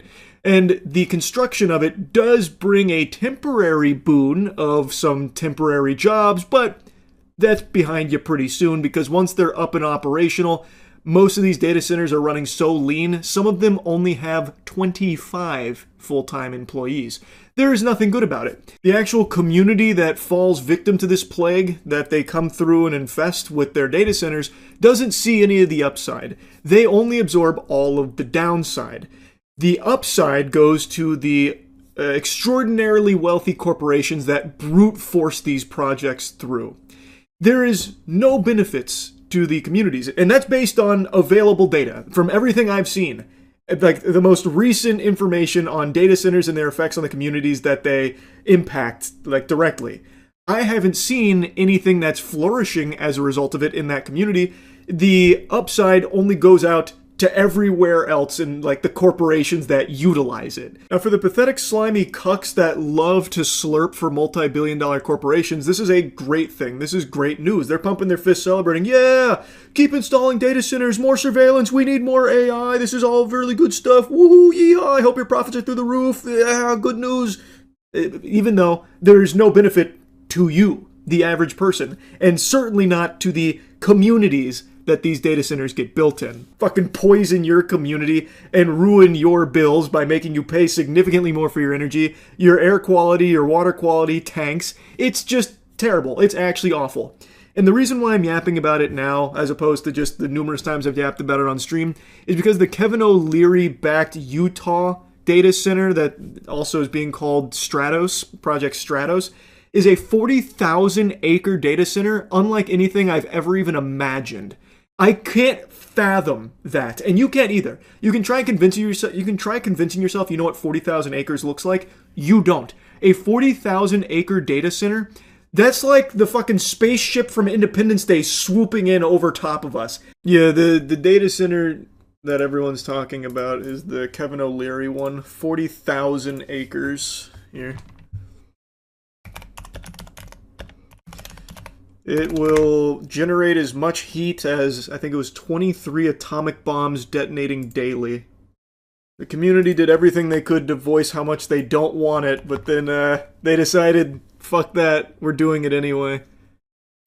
So the fossils in power over there were like, yeah, it's alright. We'll unanimously vote it through. 40,000 acres, by the way, is whatever you're picturing, triple it. I feel like most people here can't even fathom what 40,000 acres actually looks like. It is an unbelievable scale. NBC did a great video covering it, did they? There, let me check it out. I saw a couple clips from it. They were, like, people were screaming, like, no, no, no, none of us want this, no, no, no. And then one of the guys like, for hell's sake, calm down. Which I thought was very telling. Actual demons. And then they ended up going to another room to avoid all of the riffraff so they could unanimously pass it in peace and quiet. Concern and outrage in Utah. Concern and outrage in Utah. For hell's sake, grow up. There it is, yeah, for hell's sake, grow up. What an interesting expression there, brother. Usually it's for heaven's sake, but this must be one of hell's finest warriors. Where hundreds of protesters this week flooded this meeting of Box Elder County Commissioners. Can you be quiet and let our citizens hear what needs to be said, please? As they voted to move forward with a controversial data center proposal backed by celebrity Canadian businessman Fucking worm, man. He's such a worm. Oh my god, and the way he keeps defending it too. Ugh, it's so delusional. He's like, oh, no one's actually against it. They're just being bussed in. In this video posted on social media after the vote. I'm pretty aware of what these concerns are. They are around air, water use, heat. Sustainability is at the heart of what we do in terms of all these proposals. We're not just Utah. The Stratus project is a plan to build a boosted by government tax incentives, and according to a county fact sheet, is eventually expected to generate and consume up to 9 gigawatts of power once completed. A number MIDA, the state entity backing the project, says is more than double Utah's average energy consumption. Perfect. That's very true. I was actually just reading something about one of the larger data centers in the country. I believe it's a Meta data center. It had temp jobs, obviously, for the construction, which they always tout like, oh, it's so many new jobs to the local economy, so many new jobs for the community. It's great, that kind of thing. And then they checked in on that Meta data, I'm pretty sure it was Meta, data center like a year later. I think they had 150 actual employees for a massive data center. And then some of the other ones that are on the smaller side had 25. So they don't actually employ a significant working force. It's a complete scam. It is completely a scam. Pushback in Utah. We think over 90% of the protesters are actually not people that live in Utah or Box Elder County. They're being bussed in. By who? Who would bust them in? We have to fight this data center. Who? All of the rich people that would even be able to afford to do that are all gung-ho on these data centers, Kevin. It is solely for fucking goober demons like you to profit off of. So who the fuck would even be bussing them in? All of them are constantly lobbying for data centers. All of the rich people that would be able to afford 90% of these protesters being bussed across the country. So they wouldn't do that. I'm still tweaking over Kevin's delusional busing theory. No one's actually against that. They're all just being maliciously bussed in to make it appear like this isn't popular. The reality is the only person being bussed in is Kevin's Canadian bitch ass. He's not from here. And this is something that's not exclusive to just Utah. Average, ordinary, working people don't want data centers in their community because it's bad for them. Everything goes up. Their cost of living goes up because of everything that has to get diverted to this data center. It is a bad fucking deal for the local communities that just get ravaged by it. No one here in Utah wants it. The actual communities these data centers are built in do not want these things. They make it clear. Like, it's not like people are quiet about it. When data centers move in, they are constantly pushing back and fighting. But since all of these politicians are in the pockets of the people that are building it, they just force it through anyway. Clean water is overrated. True! Give me the AI runoff sludge. That way I can drink it happily knowing that it was used to generate a picture of me in a bikini on Twitter. Have you ever wanted to be sued? Perhaps. Have you ever wanted to be sued by multiple entities at the same time, filling every orifice with a lawsuit? I would imagine no. That's an awfully hot copied spot. We're talking about Pikmin copying the homework of multiple big titles to like an almost comical degree. Like, this would be something that I feel like would be almost satirical from like a game development student in college making this as like a, I don't know, a project piece for class. Never actually anticipating selling it or anything because they know that they would get fucking biblically smacked down by the companies that they are heavily borrowing from. And borrowing is doing a lot of heavy lifting there. That is loosey-goosey because it is almost one-to-one carbon copy a clone. That's right, I'm talking about Pikmin. Pikmin is a game that came out of nowhere with a trailer that kind of got a lot of eyebrows raised because it is strikingly similar to Palworld, Pokemon, Zelda, and even a sprinkle, a hint of Overwatch. So Pikmin is being developed by a studio named Pocket Pair, who has a remarkable track record of their first game. Now, the name Pocket Pair might have, made you feel like you'd heard it before, and it's because you're probably getting it confused with the developer of Palworld. Their name is Pocket Game. It seems Pocket Pair was very inspired not only by Palworld itself, but even the studio's name. They wanted to take inspiration from almost one-to-one. Not only studio name, they also really liked the description that Palworld uses on their Steam page because they lifted that bitch almost one-to-one as well. Dive into a vast, uncharted continent filled with ancient civilizations and mysterious creatures called Pikmin. In this multiplayer open-world survival crafter, you'll team up with your Pikmin to fight, farm, and build industrial empires while thwarting a shadowy organization's plot. Now let's take a peek at what Palworld describes its game as. Fight, farm, build, and work alongside mysterious creatures called pals in this completely new multiplayer open-world survival and crafting game. That's pretty close. To me, it sounds like Pikmin, the developers, said, "Hey, Grok, can you take this description and add a few more words to it, maybe a little buzzwords about fight, farm, and fuck your way to the top or something with our Pikmin?" It's, pretty close. The DNA is still very much intact. Now, Pikmin is being published by a company called Network Go, whose name, to me, already feels fishy. That sounds like the name of the Wi-Fi at my local coffee shop. Like, everything about Pikmin is just so peculiar, and it's apparently a very real game that they're looking to release. And when you watch this trailer, we watched it on stream, when you look at this, you will immediately see that this isn't some kind of Palworld situation where it's very clearly existing in a very similar genre with similar designs to Pokemon, but completely changing the formula to something unique for its own identity. It is actually taking one-to-one elements from these games and then just fucking fisting it into this trailer here haphazardly.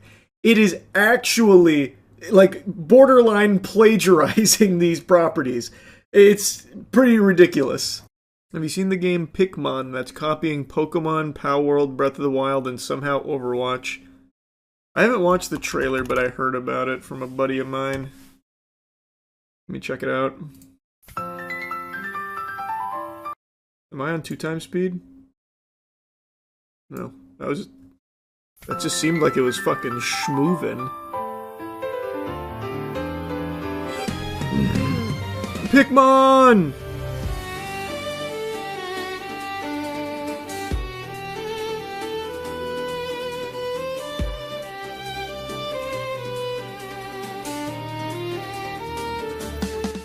I feel like Nintendo's gonna send me a cease and desist just watching this trailer.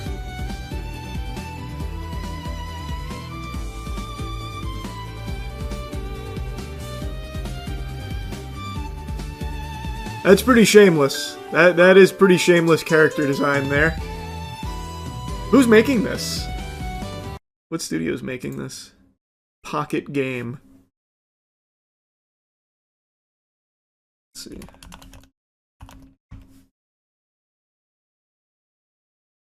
They don't even have a website. This is literally just a random Steam dev. This is all they have. A studio with no fear, that's who. True!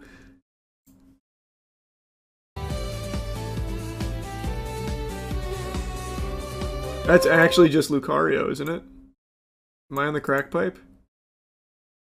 It's just Lucario wearing some work gloves.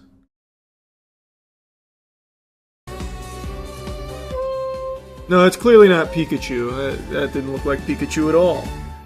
He had like a mullet.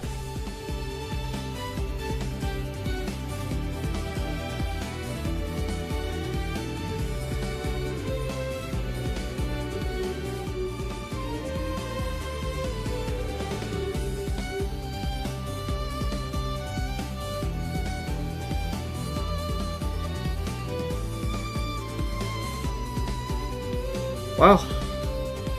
Yeah, they really stole directly from Palworld and Pokemon.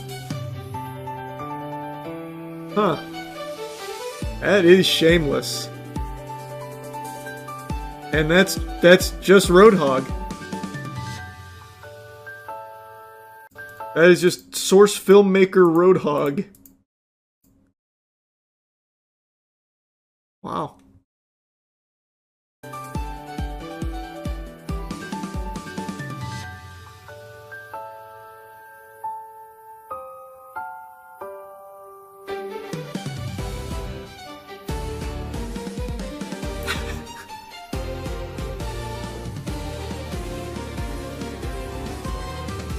Wow. I guess the strategy is get sued for marketing, maybe? Is the idea? Oh, didn't mean to click that. There's apparently an after credits scene here. It's probably gonna be Luigi or something. Steal from literally everything. Bro, that's literally Pikachu. I mean, yeah, they did just direct rip many things. Pretty interesting. It feels like a stupid idea. Because, like, Palworld, while it's clearly Pokemon inspired, it's totally different, night and day, to a Pokemon game. This is literally using Pokemon models and direct ripping Palworld game. Like, there's no argument. I still can't get over just how egregious it is. They didn't even bother trying to hide it at all. They literally have Roadhog. They have Roadhog. I wouldn't be surprised if they just took the assets from these games and just said, alright, now they're in Pikmin. Now it's not Roadhog, it's Pickhog. Or it'd be Hogmon or something. It's out of control. And the Pikachu, that one, that is a giggle-worthy moment because it is actually Pikachu, but then they just put on, like, a faux hawk or something and said, no, that can't be Pikachu. Pikachu doesn't have a faux hawk. Don't be ridiculous. That's clearly something very different. It's a Pikmon, not a Pokemon. I am so interested to see how this unfolds because it is taking a lot from quite a few huge games without even really attempting to pretend that it's unique to Pikmon. I have to imagine that there will be like cease and desist letters hitting their doorstep pretty quickly. I would wager a guess based on the trailer here. Now maybe this is all placeholder stuff and they plan on overhauling the designs by launch. I don't know. I couldn't tell you what the strategy is. It is mind-boggling. I had to yap about it a little bit. Anyway, that's really about it. See ya. The nightmare finally ended. One Punch Man Season 3 just concluded, and it actually went out on a decent note. The final episode of Season 3 was one of the better ones of the season, which isn't saying a lot. That's like saying your most recent fart was the least stinky. Not to say that it was like an all-around bad episode or something, but it was such a horrible season that even like a decent moment just feels very sad still. Unfortunately, this season was a wash like 6 episodes ago. It was just dead, and there was nothing they could do to save it. They couldn't get the defibrillator out and shock it back to life or anything with a great episode. Not that a great episode ever came, but with the Saitama vs. Orochi fight and Flashy Flash fight, those two were definitely the best moments of Season 3, and they do show that the animation team here does have the capability of delivering quality at least the same level as Season 2, but due to whatever unfathomable degeneracy and greed was happening behind the scenes with Bandai, where they refused to give the team any real time or money to flesh it out and deliver something of high quality, we were left with this fucking hemorrhoid of a season. And they're threatening to release a part 2. So there's an official announcement, as far as I can tell, an official announcement. Maybe this is all like a big out-of-season April Fool's joke, who's really to say at this point, where they're announcing a Season 3 Part 2. Now, it's slated to come out in 2027, which means that should be 2 years of being able to cook this season, which is significantly longer than reportedly the team had to work on Season 3 Part 1.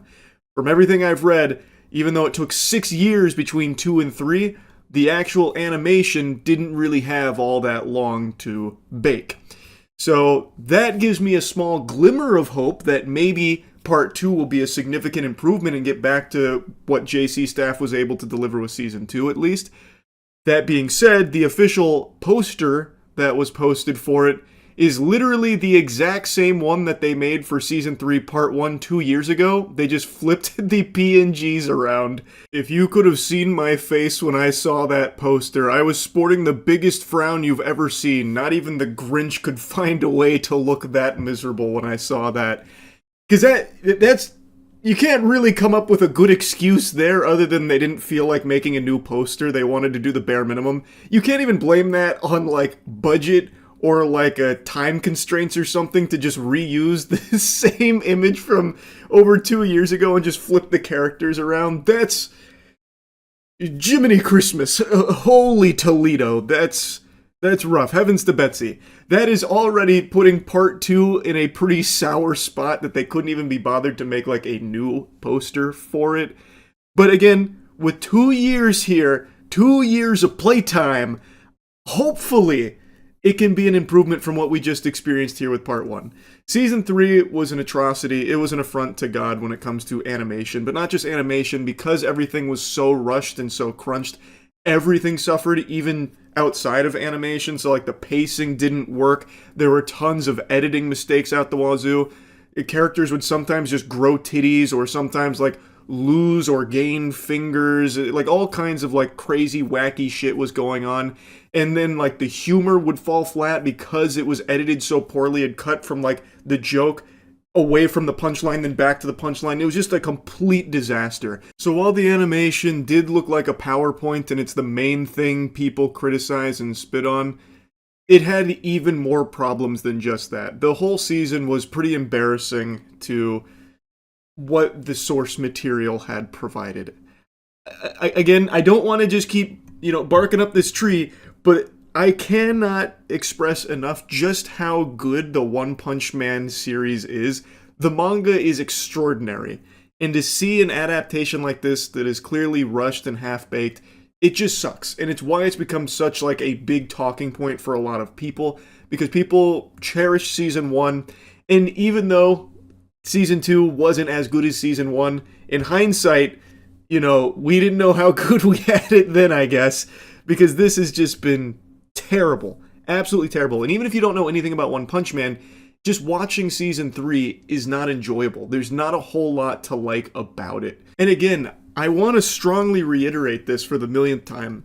I don't put the blame solely on the shoulders of JC's staff for this catastrophe of a season. I think with the couple of decent moments shown here, it proves that there are passionate, talented animators working at that studio.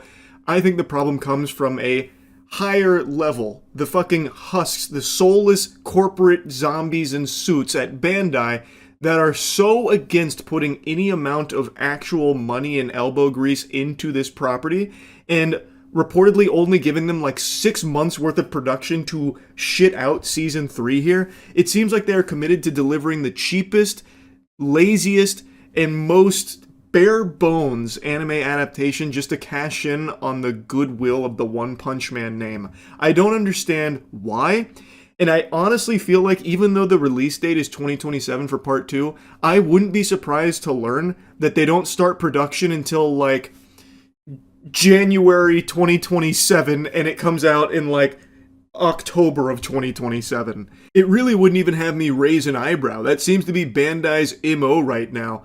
Like, I wouldn't be shocked if they fucking put a padlock on the JC Studios office doors, preventing them from even thinking about working on One Punch Man Season 3 Part 2 until they permit them to do so 6 months before it's supposed to air. They just seem fully committed to delivering trash with the One Punch Man name. Bandai is. It's just extremely disappointing because it doesn't have to be this way. It's pretty inexcusable from Bandai's side. And admittedly, I am shocked they're even going for another rodeo here. I thought for sure, based on the reception to Season 3 and how it's become a historically trash season in anime history, I thought they would 100% just wash their hands of One Punch Man, be like, alright, well that didn't work.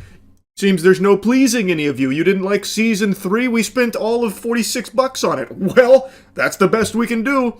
Ungrateful. Sorry, no more One Punch Man anime, I guess. Go fucking, drink toilet water for all we care. I thought they were just going to be done. I thought there was no chance. I thought they'd just bury their head in their ass, call it quits quietly, no more One Punch Man. But they immediately, after airing the final episode, have a part 2 ready to announce.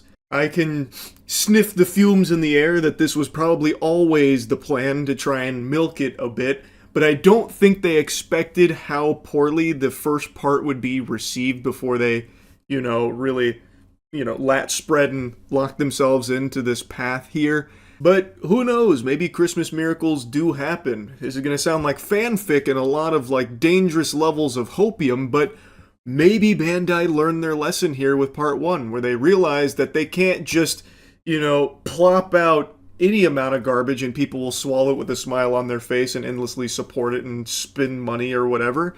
Maybe now they'll get the message and learn that they need to actually put real time and resources into developing something meaningful. Anime is bigger than it has ever been, which means there's far less leniency from the audience to just stomach trash to this degree here, where it's almost insulting to the human eye. There are just so many other things, they'll just go watch something else. It's not like Pokemon fans, where no matter how shitty the Pokemon game is that comes out, they'll still just play it, swallow the shit with a smile on their face. Here, people are a lot less receptive to that. They'll just go watch something else and drop this because it's just not very good. It's just a stupid decision across the board, even from a business perspective of trying to save a couple of doubloons on the bottom line by giving them no time and money to make your anime.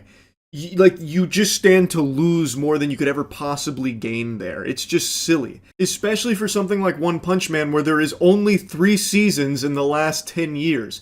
They haven't built up the brainwashing like Pokemon has, and I know I've already made this point before, but I think it's an apt comparison, where people will just watch it no matter what. With One Punch Man, a ton of people dropped it because it was shitty. the only people that stuck with it are masochists and fans that just couldn't look away from the train wreck. They had to watch how their boy was being massacred here with season 3 of a beloved IP. I'm in that group. It was a stupid decision, and hopefully this message has made it loud and clear into the minds of the Bandai executives that made the initial call to spend no money and give no time to JC staff. Hopefully with part 2, that is really sunk in, and they are going to actually put more money and give JC staff more time so they can hopefully get back to what they were doing with season 3's. Oh God, good Lord.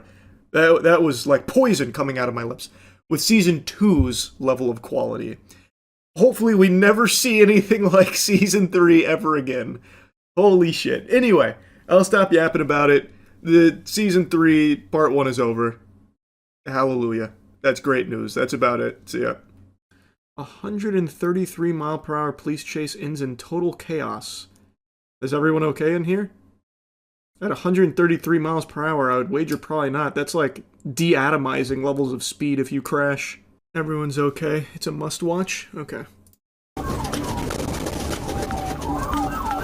Are you sure he's okay? You told me it's okay, and they just set up some really not looking okay players here. Are we sure? I'm no longer convinced. There is a huge semi and a man on the road in the middle of the warpath here. How confident are we that everyone's okay? He parries it. Okay, if you say so. I don't know how he squeezes his way out of that one. In Escambia County, troopers with the Florida Highway Patrol were conducting routine traffic enforcement 1 mile east of the Alabama-Florida state line. Sounds like it's out of 7 Deadly Sins. Trooper noticed a vehicle with illegal window tinting. Now throw the green shell behind you.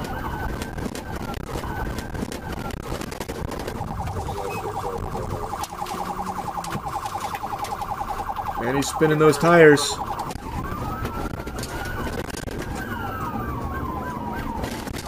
And we're just doing donuts out here.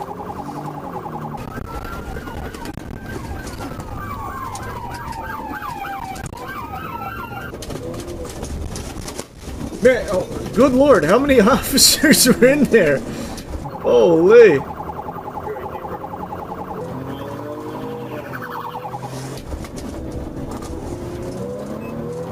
That sign just barely got away with its life. Sorry, can't talk right now. I'm in the middle of a 133 mile per hour pursuit.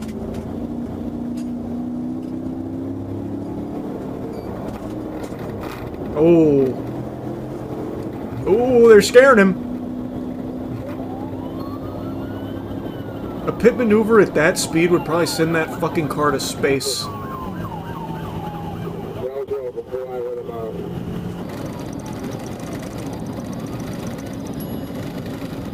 129. A casual stroll.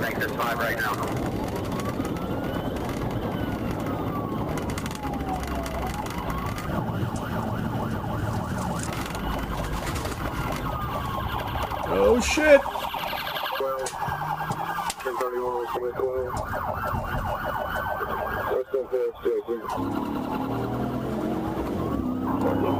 Oh, there's not a whole lot of space there. Yep, he's gonna have to go in the grass. Oh! Shit! Oh, whoa! Was that on purpose, you think? I bet that guy was just like peeking over like, man, what's the holdup up there? Son of a bitch! Holy!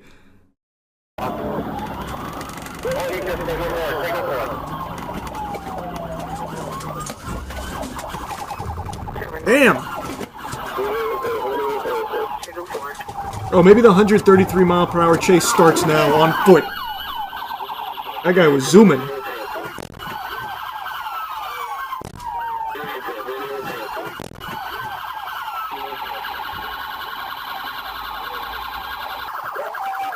Oh no! Oh, it was a miscommunication! The officer forgot he had cocaine in his fucking chest pocket. Oh, it's chaos. It's chaos.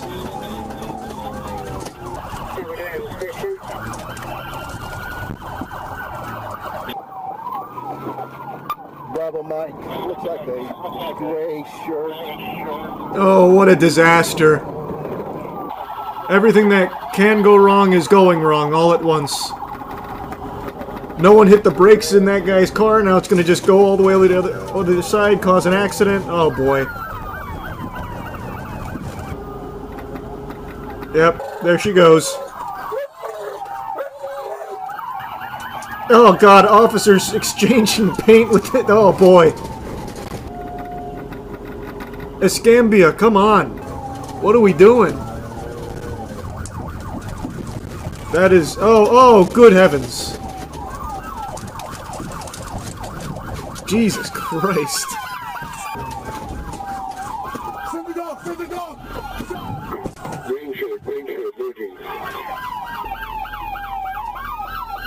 Oh god! Oh, that...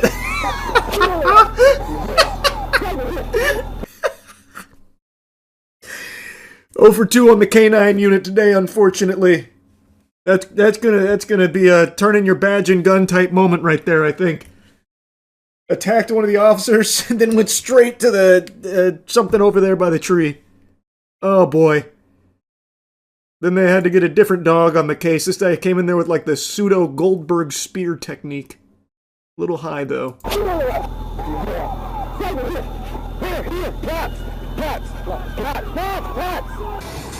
Oh, this is the officer that got bit? 10-15. This officer that got bit.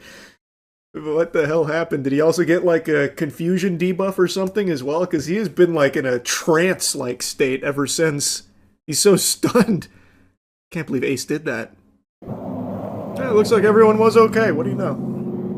Good news!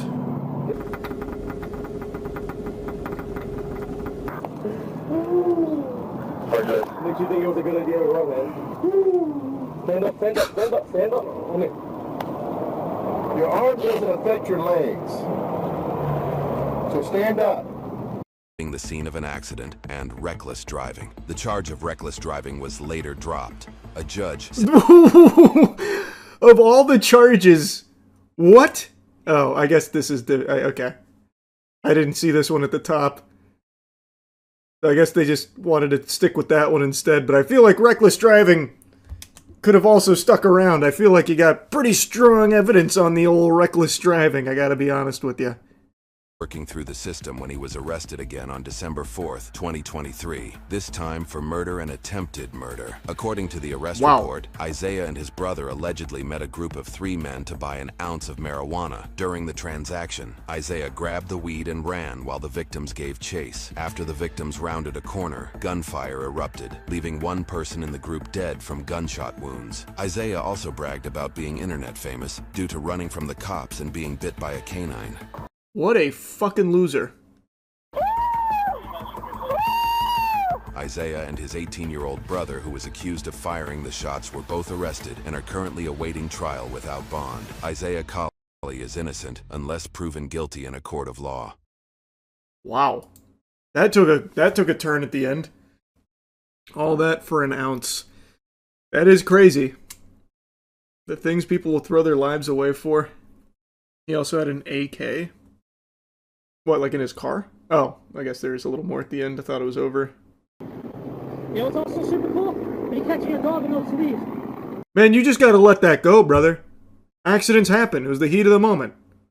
Dog made a judgment call. This one out. On May 26, 2023 in Harford County, Maryland, 38-year-old Michael Stevens II was released from the Harford County Detention Center after posting bail related to a theft charge. Later that same day, just down the road, Stevens came across a 1986 5-ton military truck. Oh, the temptation. Oh no, the stars were aligning. And decided to steal the vehicle, triggering a pursuit. What a great day. Deputies had seen before. And then I got off the truck and he's like, wait, he came towards me head on. Jesus. That could be anyone. We don't know that's him yet. That could be anyone's military truck. 5-ton truck actually weighs more than 10 tons by itself. The 5-ton rating refers to how much cargo it can carry off-road, not its own weight. These trucks were designed to move troops and equipment through rough terrain, and they're built to keep going, even when damaged. The frame and suspension are heavy, the drivetrain is built for torque, and the oversized tires are reinforced to survive long distances on uneven ground. All of that combines to make this pursuit unlike anything we've ever published in the entire history of this channel. Yeah, this is quite a recipe for disaster. This guy literally left jail this same day, by the way. He said, man, can't wait to go back. Is that a military truck? I got a plan. Just in case he gets on so we can deploy. Anybody at South 6 in the area? Looks like he's going to take 95 south from 24. Looks like he's taking 95 southbound from 24. Hey, watch the back. It's going to be debris falling out the back of the bed. Man, you try and pit maneuver that thing and your car blows up. I think pit maneuver's off the table for this one. We're gonna have to get him with the classics. Throwing knives out of the window to pop the tires. Circus style. All right, I'm on it. Somebody get on 95 south just past 1. Speed at 55. Speed at 55. So far, nothing's flown off the back yet. 152 with stop 6. Stop sticks aren't going to work. It's designed to overpower them.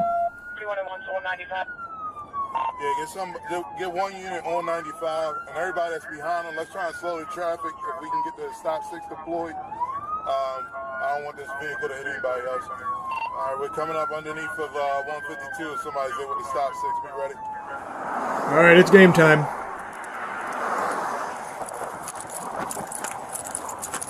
Good hustle.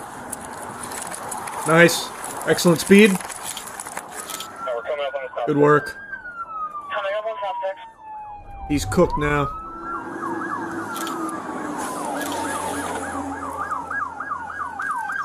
How'd we do? We got one tire. Not bad, not bad.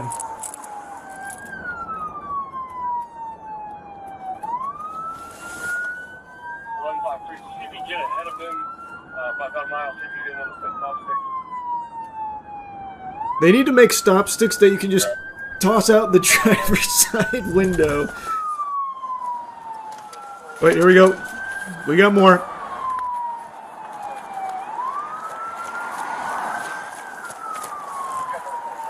Phase 2 boss fight, yeah.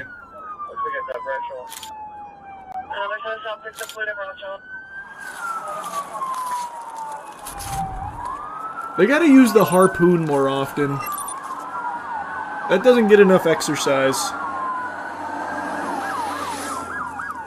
Did we get him?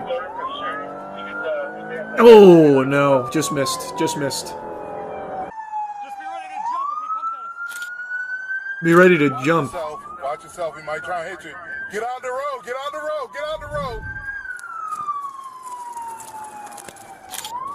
Oh, wow. Wait, he actually is just going for... Oh, my God. He scared him away. Where are we heading? He's swerving a little bit. He might be getting tired. He's falling asleep. Unit up. A couple units up ahead with the stop sticks. We'll head to Jersey. We'll to keep y'all safe. Let's try a different tactic. Oh, wait a minute. Oh, shit!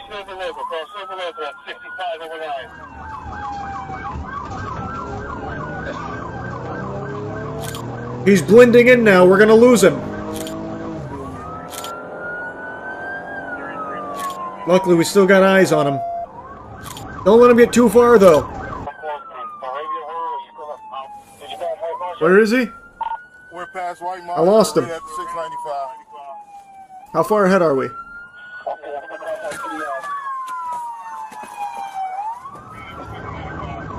Oh, it's game time. Oh, he's taking cover behind the civilians. Oh, they got him. Big stop stick moment.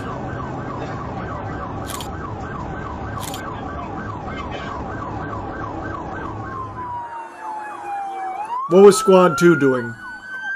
Just getting a good view of it? But where was their stop sticks? Continuing 95 What did he try to do? Like activate Sharingan or something on him to scare him? Like, I didn't see any stop sticks. What was Squad 2's plan?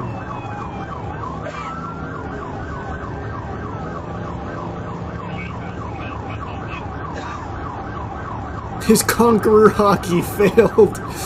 Got it. Yeah, no, that's a damn shame. Squad 2 AFK. Yeah, that was unfortunate. They were in a great position as well. I really do wonder what Squad 2 was doing. They pulled over. I thought they had stop sticks or some kind of plan. Maybe they thought the stop sticks would work so well Squad 2 would go out and catch the truck or something. I don't know. With deputies reporting that the suspect now had a rifle hanging out the window, oh Jesus! Units ease off. The helicopter maintains visual from above, while Squad... Oh, that's not a stop stick. That's a gun. Right here. Is that enough? Playtime's over. Stop. No, don't stop. Just combat roll out of the moving vehicle. It's more efficient. I got you. Hands, get on the ground. Stop. Drop it down. Drop it, get on. Oh, what a trip.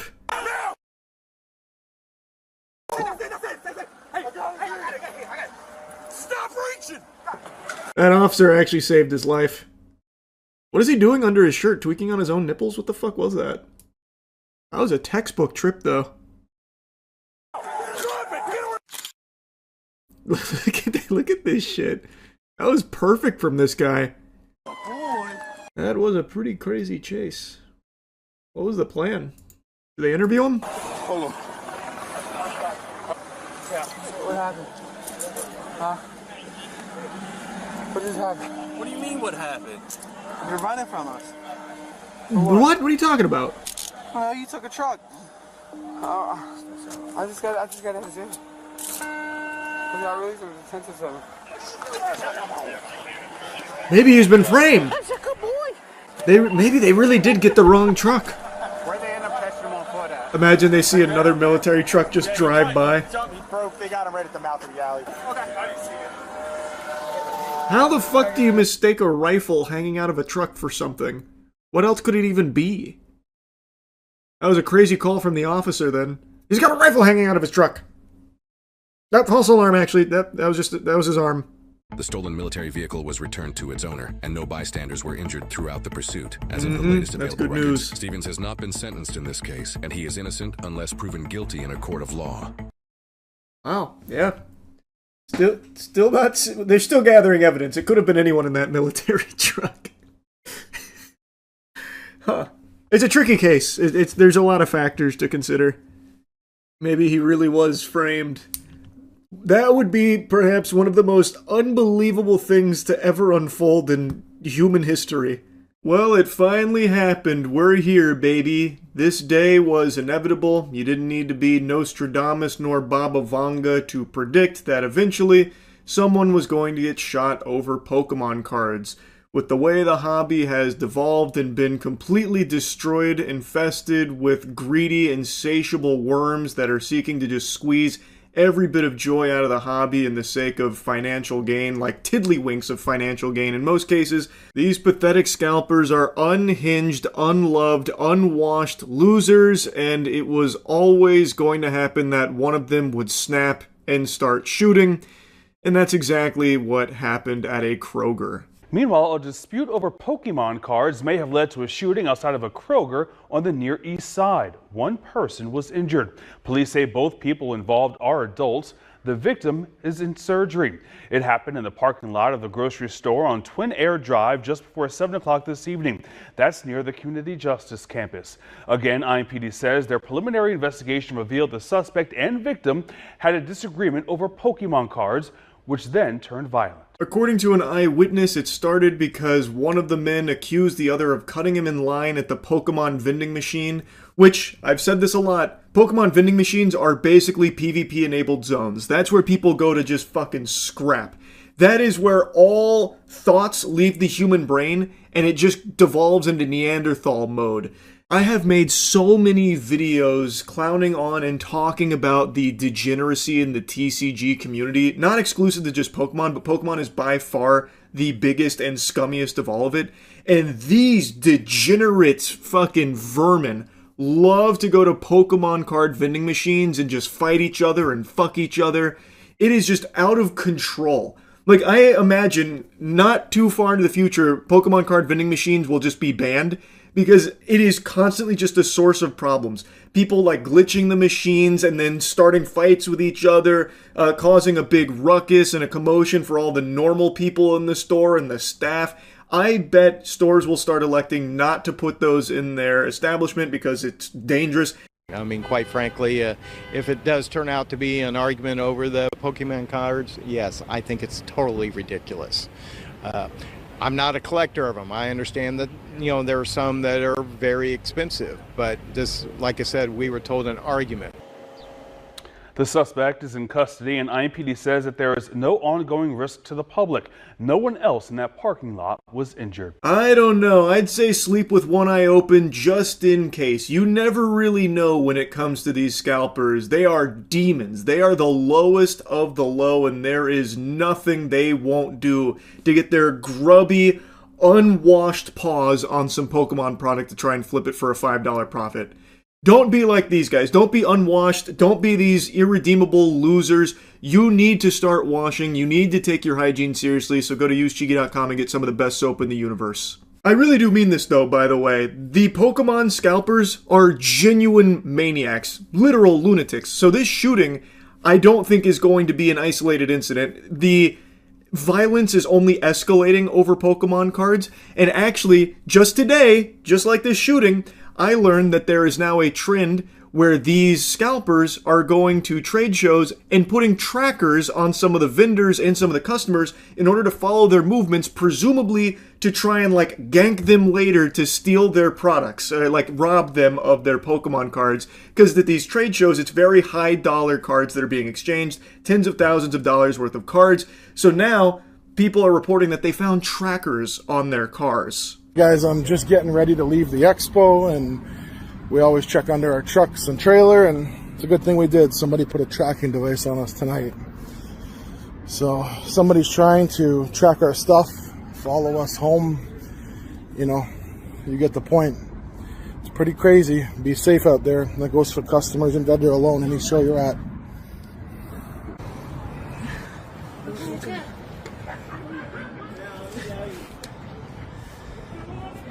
Tracking device put on our truck. Now, when I first saw this video with the claim that Team Rocket's going around putting trackers at this expo, I thought maybe it was like fear-mongering or like just trying to make a viral story out of it, like this giant bulky tracker that looks like some kind of gadget or gizmo out of Ocean's 11. I thought like, okay, maybe this is fake for the sake of cashing in on like the hysteria around Pokemon cards. But I have seen multiple vendors now claiming that no, they are actually finding trackers on their vehicles, like across the expo. There were a couple other vendors that reported that, yeah, they had found something similar on their vehicles too. And then I decided to do a little more digging, like, is this something that's new or has this happened in the past?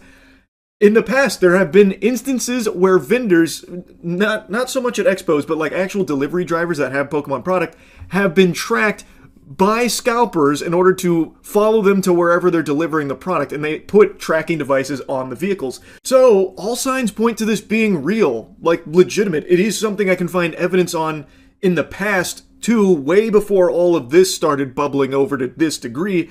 So it stands to reason that because of the state it's in, they might be doing it even more to a larger scale now, where they're putting it on vendors at the expo and shit. That is terrifying. Transporting Pokemon cards is more dangerous than transporting drugs. You might just get hit by a fucking bazooka while driving down the interstate because these scalpers caught a whiff of you having like $500 worth of Pokemon cards in your back seat. It's actually outrageous. I cannot believe the state of the Pokemon card community right now. And it's not showing any signs of getting better, only getting worse. Like, also, Just today, the Costco Prismatic Evolutions restock happened, and let's take a peek at that line with all the people that were lining up around 1 a.m. waiting tons and tons of hours for opening for the chance, not even the guaranteed, the chance of getting their hands on some Prismatic Evolutions Pokemon product. Look at this diabolical line. This shit is going over to the next county. The line for GTA 5 midnight release wasn't this long. This shit's longer than Disney World lines. Fucking Taylor Swift concerts probably don't even have lines this long. And this is Costco at like 1 a.m. or something with all of these goobers lining up waiting for it to open to maybe see Prismatic Evolutions. It blows my mind. It's so pathetic. And not a single child in sight there, unsurprisingly, because what kid is going to be getting up at 1 a.m. to go wait in line for 8 hours before open to go maybe get some Pokemon cards? This is a hobby that has completely kicked out the main demographic it was made for. Children. It is all these assholes, these losers, and I bet there's not a single collector there amongst them. It is all scalpers desperately trying to get their hands on Prismatic Evolutions, which was a very popular set, and they covet it, and they believe if they can get some here, they'll make a little bit of money by flipping it on the secondary market. That is the entire clientele of Pokemon now, and this is just the perfect demonstration of that. It's just gross, man. I don't know how you can have so little shame. I don't get it. Anyway, had to yap about it again. That's really about it. See ya.